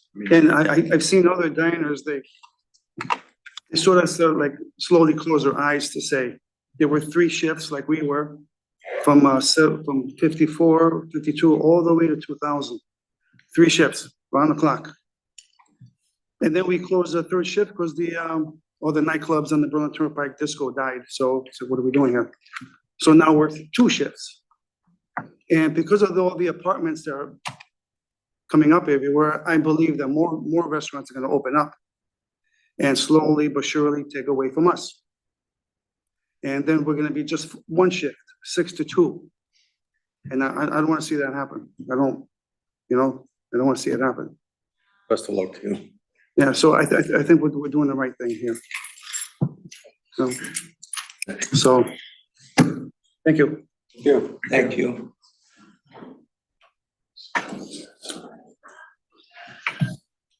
So in addition to the Gabrielis brothers, I have several of my clients here. This is Doug Benoit from Arista. Greg Basavelas is also here, principal of Arista, Peter Butler, and our professional engineer, Paul Vitaliano, but you're going to have to put up with me for the most part this evening. So with that introduction, and I think that was very important to get that out of the way, I'm going to turn to the packet that I just handed to you, because this is an aerial photograph of the site as it exists. So the property is about an acre. On the GIS, it's about 1.23 acres.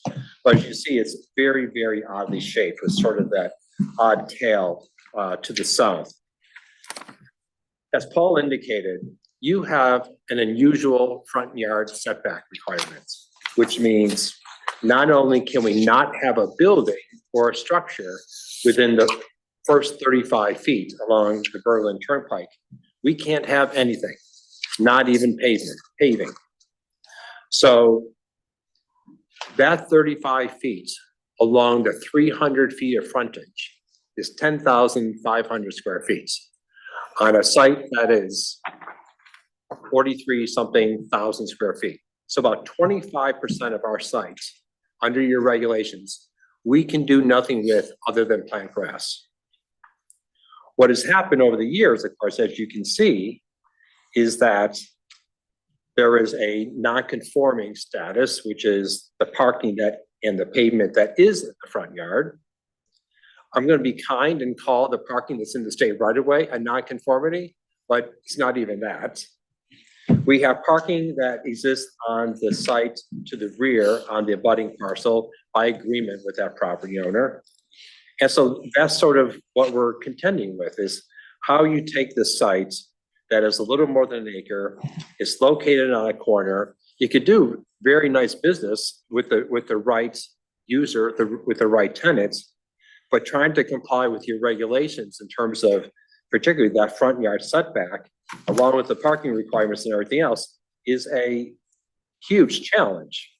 And, you know, I don't know, and we try to investigate a little bit the sort of the genesis of that regulation about the first 35 feet having to be landscaped, but you add that to the 50 feet of right of way that you currently have, you're looking at 85 feet of landscaping from the edge of curb on the Berlin Turnpike to the first bit of pavement, not building, the first bit of pavement. And candidly, I don't know what benefit the town derives from that. I can tell you that it certainly implicates economic development because of, you know, the reduction in parking, the reduction in building size, reducing the value of the property. But, you know, we're not here to discuss, you know, sort of bigger picture issues, but it does lead to a huge impact on the property, on the value of the property. So, and by the way, Paul's been very helpful, and frankly, I'm going to commend the town for, Paul has been really, really helpful. He's a very thoughtful planner. Many are not, you'd be surprised to learn. I've been in many, many communities in Connecticut, and Paul's been very helpful and very thoughtful in his thoughts and comments and advice to us. And so what we've done on these subsequent pages is to depict various portions of the Berlin Turnpike. We're starting from the south at our site, and we work our way north. And the black line in each case is the property line, and the yellow line is the 35-foot front yard setback in which there should be no paving. Now, I'm not going to belabor this and go property by property by property, but I think you can see that there are a number of instances that you have either non-conformities or violations. You got PC Richards across the street, certainly the vitamin shop at the corner of Payne Road, Best Buy, or work our way up. The next page, there's the one site that sort of bumps out. The aerial is a little bit older. That's the site that's under construction by Grossman or Whole Foods is. Whole Foods somehow, they actually have a loading dock in their 35-foot front yard setback, and sort of an access drive around the back of their building that's in the 35-foot front yard setback. Again, just working our way north, you see many, many instances of properties that are either non-conforming or frankly just in violation because they have parking within the state right of way. Again, so we go all the way up to Pascone Place, Lazy Boy, same thing. Joanne Fabric site, again, parking in the front yard setback. And so what we're trying to have a discussion with the commission about is how we can approach our sites in a manner that is respectful of the town, respectful of your regulations, but also affords us an opportunity to redevelop the sites, frankly, an opportunity so that we can acquire the parcel from Mr. Gavrilis and his brother. And most importantly, return at least that right of way, that 50 feet of right of way, and return that to where it should be, which is just a landscaped area.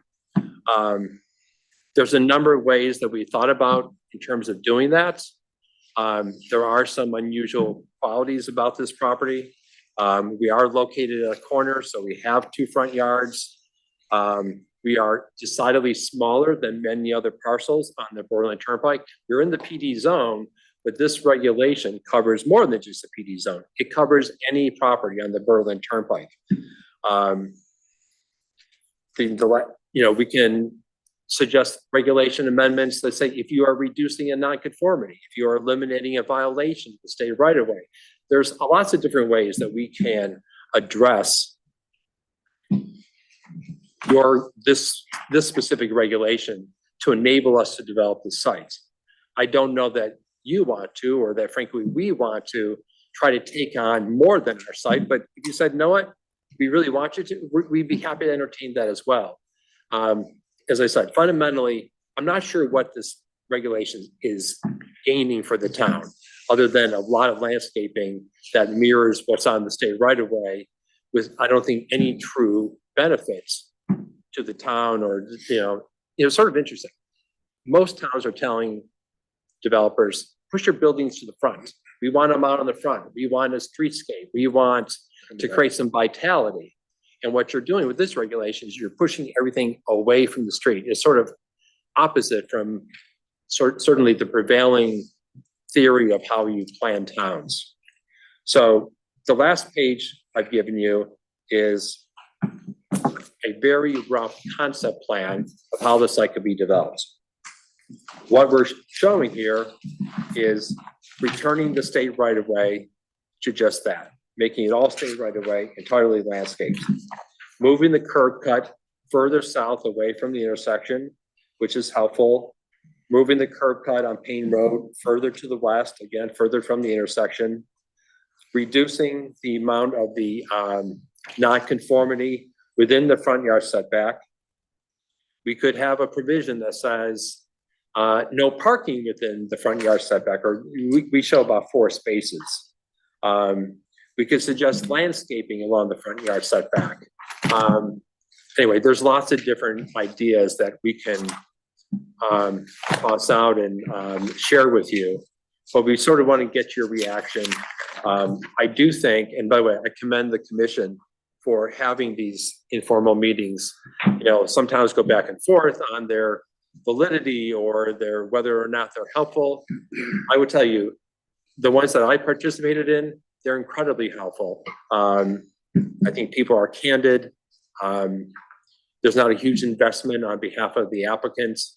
And so it's an opportunity to get some candid thoughts and get your direction, rather than us just drafting a regulation, submitting in front of you, having the formality of a public hearing, and then someone says, well, why didn't you think of this? Or this gives us an opportunity for you to say, have you thought about this? Or we like this idea, but can you try it in a different way? So I'll be quiet for the moment and let all you share your thoughts. But if you want some more specific ideas about how we can change this regulation, either specific to the site or more broader context, we're happy to do that. Actually, if you wouldn't mind, please excuse me. So, turning enough, if you don't mind, I did scan these in. if you don't have any issue with me putting them up on the No, screen. no, and our professional engineer, Paul Vitale, has a thumb drive, if that's easier. Oh, okay. Well, yeah, we just scanned them in real quick while you were talking, Yeah. but yep, that way, they're up on the screen again when documents are handed. No, thank you. And these were late arriving, otherwise we would have included in our package, and I apologize for that. Yep. All set, Paul? So I was just gonna bring these up. He's just gonna share them so everybody can see. Yep. So as the documents went through, again, this was the series of documents that was kind of discussed. So you have the Olympia Diner. Might let you talk to it, or I'll just go through it. That's fine. I mean, as I said, I don't think there's much value in going property by property. I think the point has been made that there's a number of properties that are either non-conforming or have parking within the right of way. And so, if the goal is to be respectful of the right of way and also to redevelop the property, I think we're making that point and want to explore opportunities to do that for this parcel in particular. Awesome. Commissioner Woods? To answer one of your questions, my opinion, the reason I think this commission over the years put this 35-foot setback in place is Newington's a little bit unique on the Berlin Turnpike. Weathersfield and Berlin, while there's equal amount of frontage, their lots don't run deep. Most lots in Newington run deep. Unfortunately, when you make a rule, what happens? There's always exceptions, and there's a piece of property that doesn't work before. Yeah. And you kind of fell into that right now. But that was the intention, to try to get as much green space along that corridor as we could. But again, when you see something like this, Right, personally, you and wanna- so not only is this parcel small, but it's the Berlin Turnpike is the hypotenuse of the triangle and takes up a quarter of the site. I get it. This was in front of us. No, about 10 years ago, maybe, when I first got on, I thought it was gonna be a gas station. Am I right, gentlemen? Was there possibly a gas station, convenience store going in? I don't, that's what I remember on this piece of property. And obviously it never went. It was discussed. It was a gas station. That's what I thought. Discussed, Yeah. So I know, Paul, if you could go back and look, we did something with O'Reilly's. Yes, there's a portion of that area that's porous pavement. I think that was me, if I remember right. Yeah. That you guys pushed hard for that. So you guys ended up, that was the trade-off for that. yeah, my comment, and I had lengthy discussions with the chairman at that point, not this particular gentleman, another one, that it was black and white pavement. I go, no, I go, permeable pavers are not pavement. It allows water to return back and recharge into the ground. As far as I'm concerned, that's a proper use for this. It allows you to use that property. So that might be something that you might want to work into this if you can. I'm not gonna lie to you. It's very unfortunate that the restaurant's probably not gonna succeed for the next generation, but life changes, so it's our job to make sure that we can get this piece of property redeveloped for the best possible use. I think your initial design is pretty thoughtful. You're not ripping apart every bit of green space, actually leaving quite a bit. I don't have all the answers to give to you, but again, personally, I'm a commissioner that I'd like to work with you through this. And maybe the town can put something together to save the building. Came in on a truck, maybe you can get moved on a truck. But that's for the people that sit behind you, the town council, to make that decision. Thank you. I'm kidding, candidly, Mr. Woods, that's all we wanted as well, an opportunity to work with you, and I appreciate that constructive attitude. And I think you'll see this commission as a whole is willing to work with its applicants. Just to give you a little history on the turnpike, this was built in 1940. okay? And there's a 300-foot right of way, 98% of the way through. That's why you got such a big grassy median on either side. Having said that, I kind of like the design here a little bit, but I'm a little concerned where's the snow gonna be stored?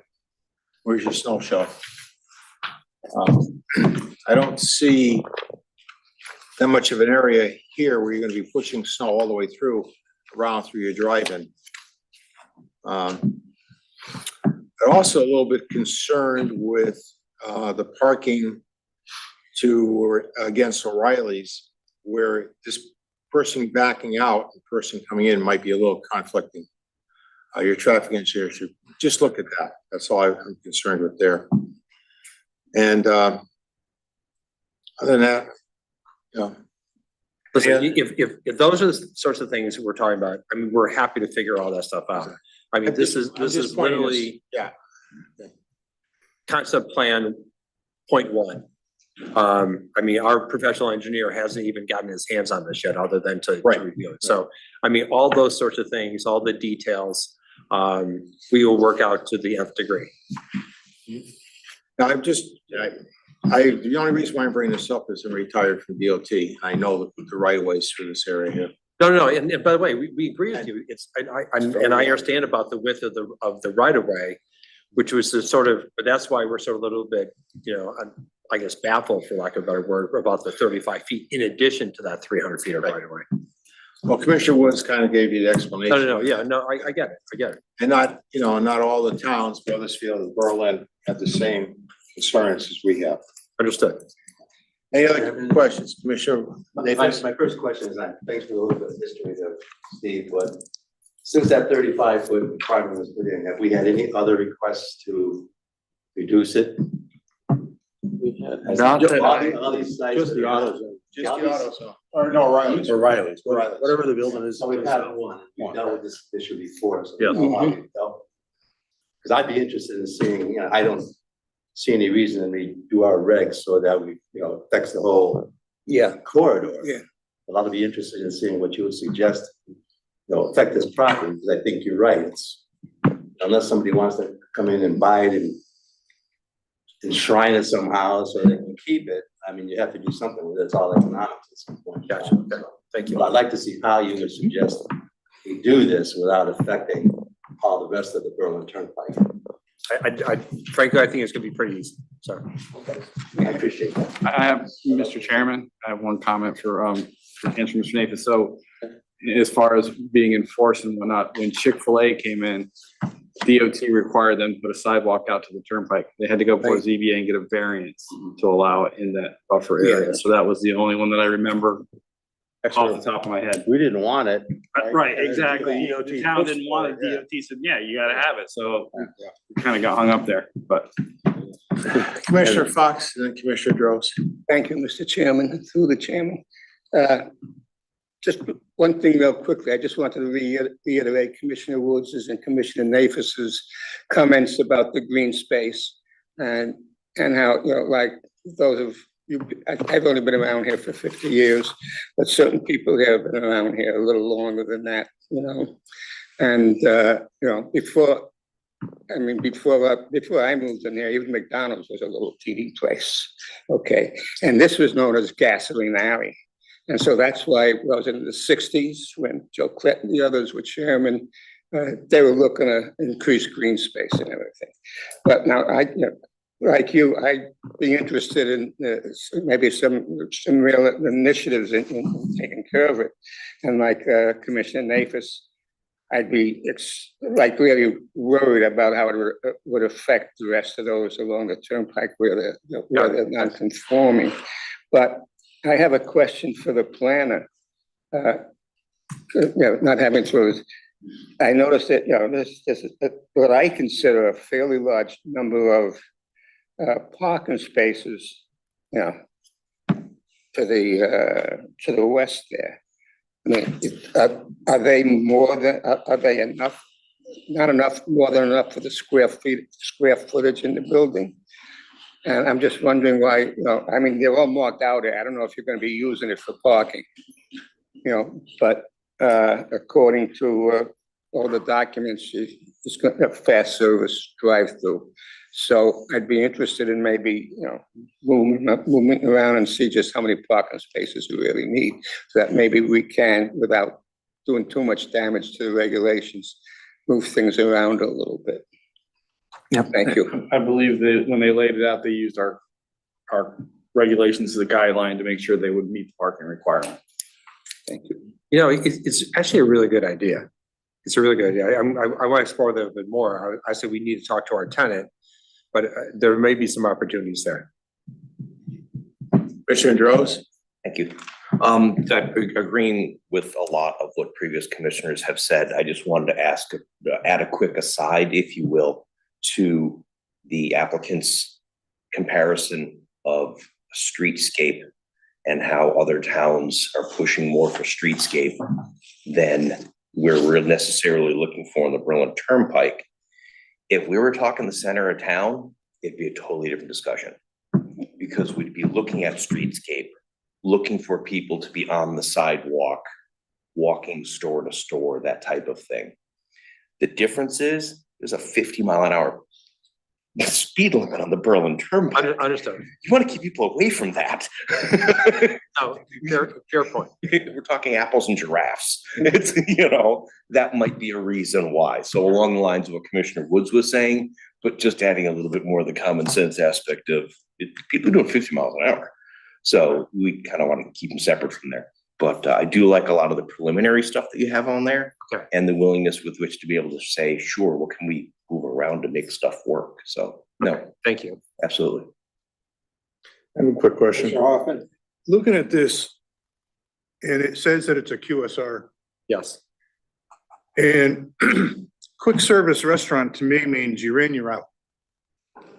Drive-through.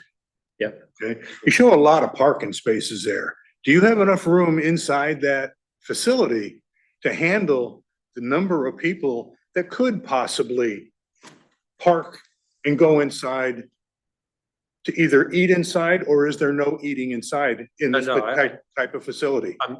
There is. I think that you probably heard this before, but fast food or QSR percentage of people acquiring their food via the drive-through is like 70–80%.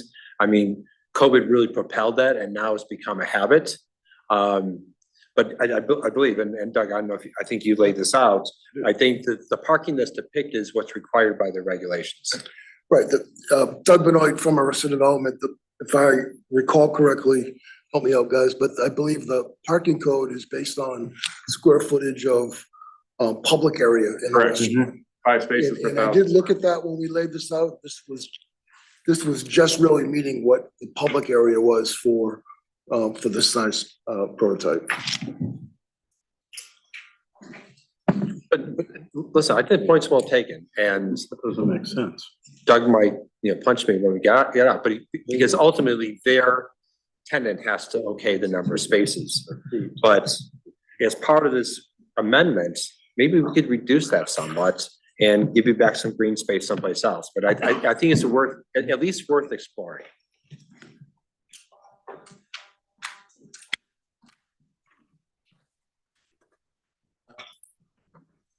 We're checking the math on the parking spaces, because it doesn't make sense to me. If it's 5 spaces per thousand, you need 15 spaces. I think it's 20 It's spaces. 20 spaces per I made a mistake, yes. Okay. It's 20 spaces per thousand. And that's Newington. Then you're right on. Yep, and for our parking, there's no real differentiation between QSR and a sit-down restaurant. So it is one of those things that, hasn't been updated. I've seen other plans that come through when it's a drive-through only. In another municipality, I had one where all the parking had to go in, even though no one's going to use it, which is really a waste and not what the direction, we should be going for as far as. It is the one topic that runs through all towns' regulations, is how you properly park for different types of restaurants, because there are so many different types. Any other questions from the commission? The chairman would indulge me. I said, if you'd indulge me to add a little more. So as far as kind of providing some direction for the applicant, There's a lot of good discussion, but I think the question kind of goes to their mind, and this is probably what they'd be calling and discussing with afterwards too, is how far do you want the applicant to look when it comes to these regulations? Because when you look at zoning regulations, you do try not to have something that affects only one parcel.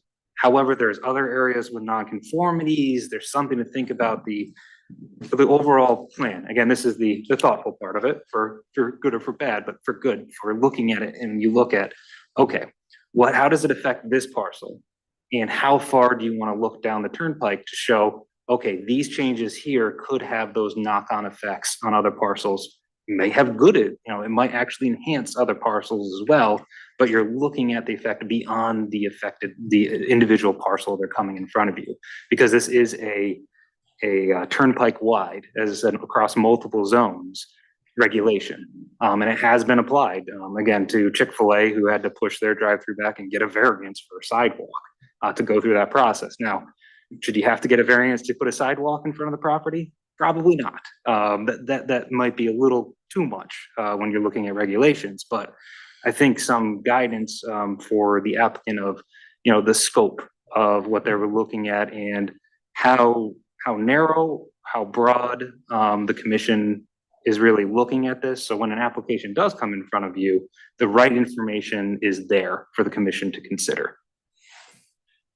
Mr. Chair. Commissioner Woods? It's like they're penalized twice here. They've got because it's on a corner. They've got 35 foot on both roads, right? Actually, they would get a reduction on one side. Because that would be 15. Yeah, 15. the Payne Road side. But if there wasn't a road there, that would be 15 feet, right? Be side yard setback.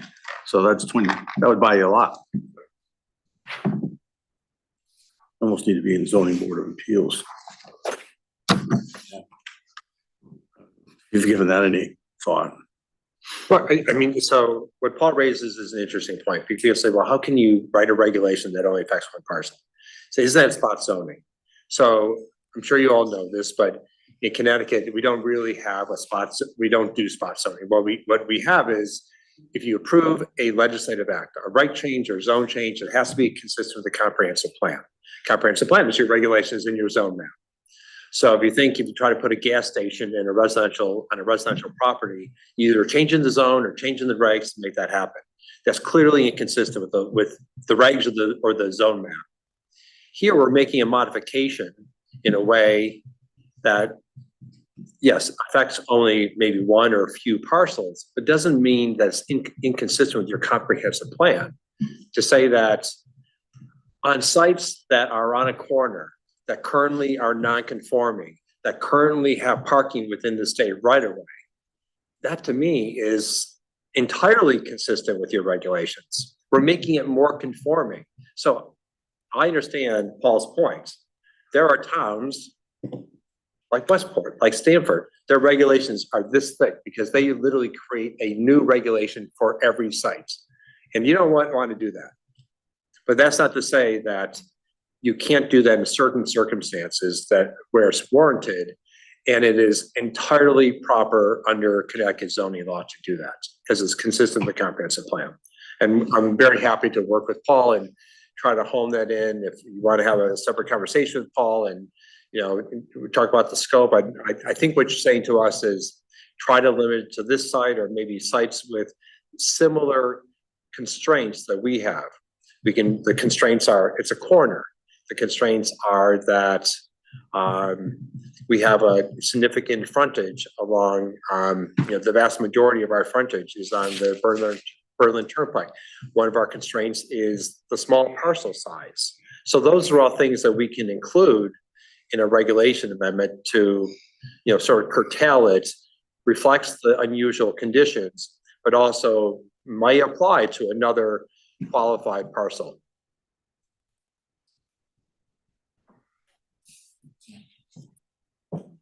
Mr. Planner, you got anything to add? No, it's just, again, that consideration of what can go in there. And I think, it's a very good answer to, again, speaking about zoning regulations and, again, the applicability and actually the conformance with the plan, but also some uniformity.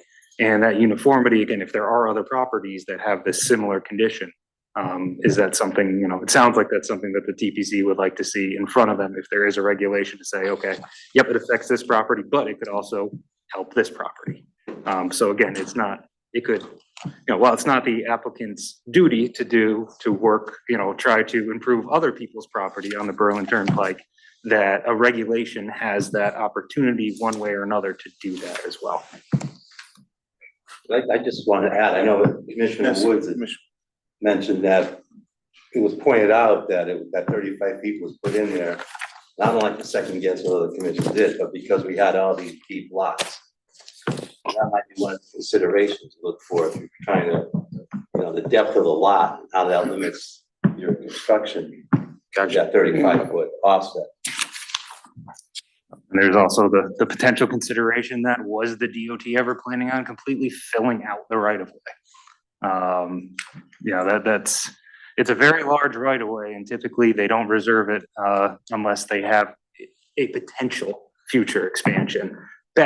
Way back when they were looking at this, because you're looking at, actually, if you're looking at 1940, you're looking at a significant period of time. We're looking at a lifetime type of decision back on someone previously to now a new generation dealing with that decision and looking at where have we gone as far as development goes. So this is, the Berlin Turnpike is a generational decision, happened then, and now we have what we have now. But what are the plans? So far, the DOT has kind of kept the Berlin Turnpike in its current configuration, worked out signalization, they, as part of the RAISE grant, looking at sidewalks. But, the ideal for that one is within the existing DOT right of way. All right. Well, thank you very much. Have a good evening. We're done. We're done. Thank you. Thank you. Thank you. Hope we helped. Hopefully we helped. Absolutely. Absolutely. Good luck, gentlemen. Thank you. All right, any old business? None. Okay. Petition scheduled hearing? So there are none on here. However, I will verbally say that the applicant for Ashley Furniture, I think it was Ashley, right? Yeah. Did submit their zoning application. I believe it was either at the exact end of last week or the beginning of this week. On Friday. So we are looking at that for timing. We have to send a CROG notice out. It will get sent out this week because I don't want to delay that applicant unnecessarily. So they have a 30-day waiting period with CROG as far as issuing that and getting the referral back. And then I'll be scheduling that in the future. It will show up on your next agenda, but I just wanted to let you know, since they came for their pre-application, that they have submitted the application. And that is for a text amendment. The text amendment, correct. Thank you. That also covers current land use applications still? Yes. Yep, and just a reminder for everyone that we do our best to keep those updated with my grand staff of one in the front who updates these when she can. And then I'll kind of move to town planner update. We had a lot of business tonight. I don't have too much to kind of continue to tell other than saying, as you've seen, the Pike, Payne and Maselli Road has been CO'd. We collected a small landscaping bond from them for $3,500. Again, with these small landscaping ones that is typically done at the staff level, rather than make an applicant come here and get partial approval for a couple plants on site, we do handle that. Sunbelt Rentals at Payne Road also has gotten their CO. So that is, moving forward, they're in there operating. And just to give you an update, so the town engineer and I have been working with Circa and CROG, regarding a Resilient Connecticut 3.0 project. So Chris Zabidio and I are looking at different opportunities for flood control and really analyzing, coming up with small projects right now that are feasible, that we can take a bite out of and potentially get done. But this program that we're working for them, again, it's no cost to the town. We are participating. So this is being done by Circa. But Chris Zabidio is going to be the lead. I am second chair on this project. So we're going to keep pushing it forward. But this combined with other flood, we've been discussing with Army Corps of Engineers, with CROG. We're trying to figure out every avenue we can pursue as far as dealing with our drainage issues here in the town. So, Have some drainage in North Mountain Road. yeah, well. Yeah, the area is pretty, an RFP will be coming out on that. Once that RFP is out, I will, share it with the commission. And again, I hope to update you on the other projects that are going on. For those who did watch last night or want to go back and watch it at the town council meeting last night, Colliers came along with me to kind of provide an initial overview and introduction to the town center master plan project. So if you would like to watch that, I think it's about 25 minutes long or so, our presentation and the questions from the council.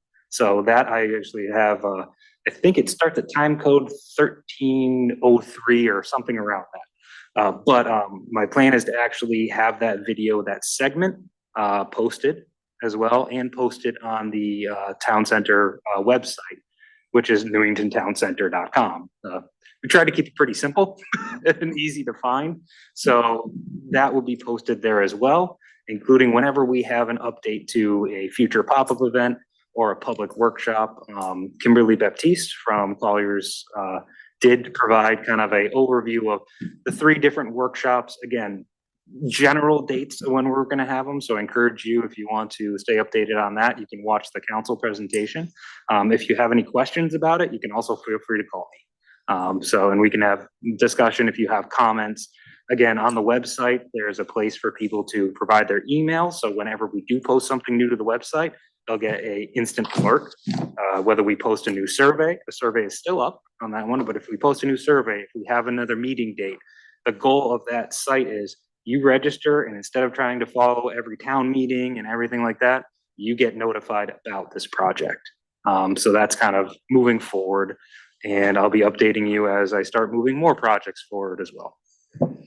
Paul, have we done, on our website, we have that, a link to show that, to go to the survey? Yep. So on the town planner's webpage right now, and we're working on moving around our website, which is going to be updated, is a little clunky sometimes in dealing with it, but it is on there with the picture and not only the website, but also a specific link to the survey.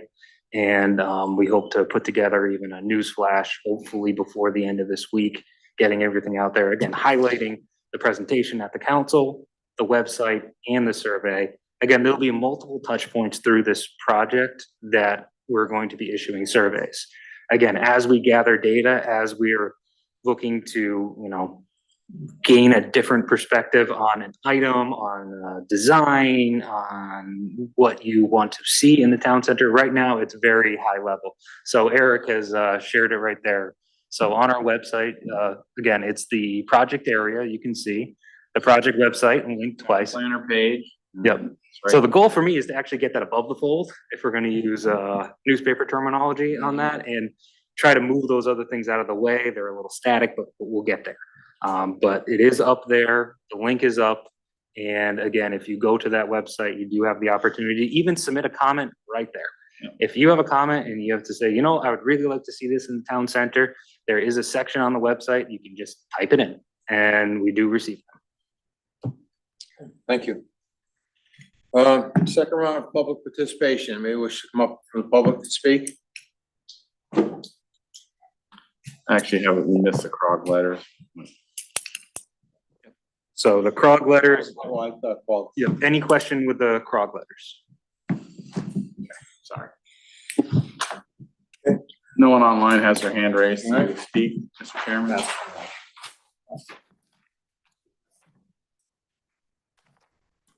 We're 258 Audubon Avenue. I just wanted to let the commission know as well that the council had a presentation last night about the establishment of a cultural district in town. And that resolution has not yet been passed. It will come back to us at our following meeting in November. But part of that resolution and part of the spirit of that work is to encourage other commissions and boards to work collaboratively with the organization that comes out of that cultural district to support its growth and development, and of course, economic development is a major portion of that, and the Town Planning and Zoning Commission is a major part of that. So just encourage folks, if they have questions about that initiative, to reach out, and we're happy to answer them, and looking forward to the collaboration on that project. Thank you. Thank you. Anyone else wishing to participate? I mean, come up and speak? Pick one. Pick one. World of spinning chairs.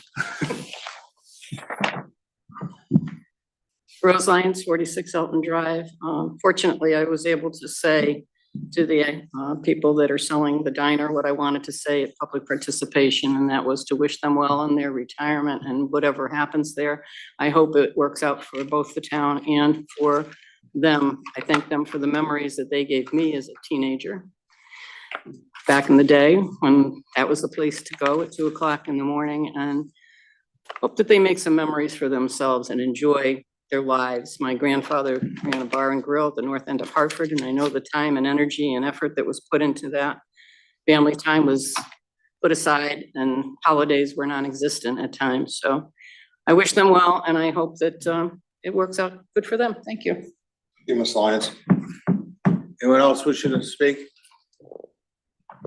Anybody online here? No one online, Mr. Chairman. Okay, remarks by commissioners? Any remarks by commissioners? No, okay. I want to thank everybody for participating tonight. We had a productive meeting, I believe. I'm sorry I missed the last meeting. I had a knee replacement. I am going for the second one in February. So with that, I'll entertain a motion to adjourn. So moved. Second. All in favor? Aye. Opposed? Thank you.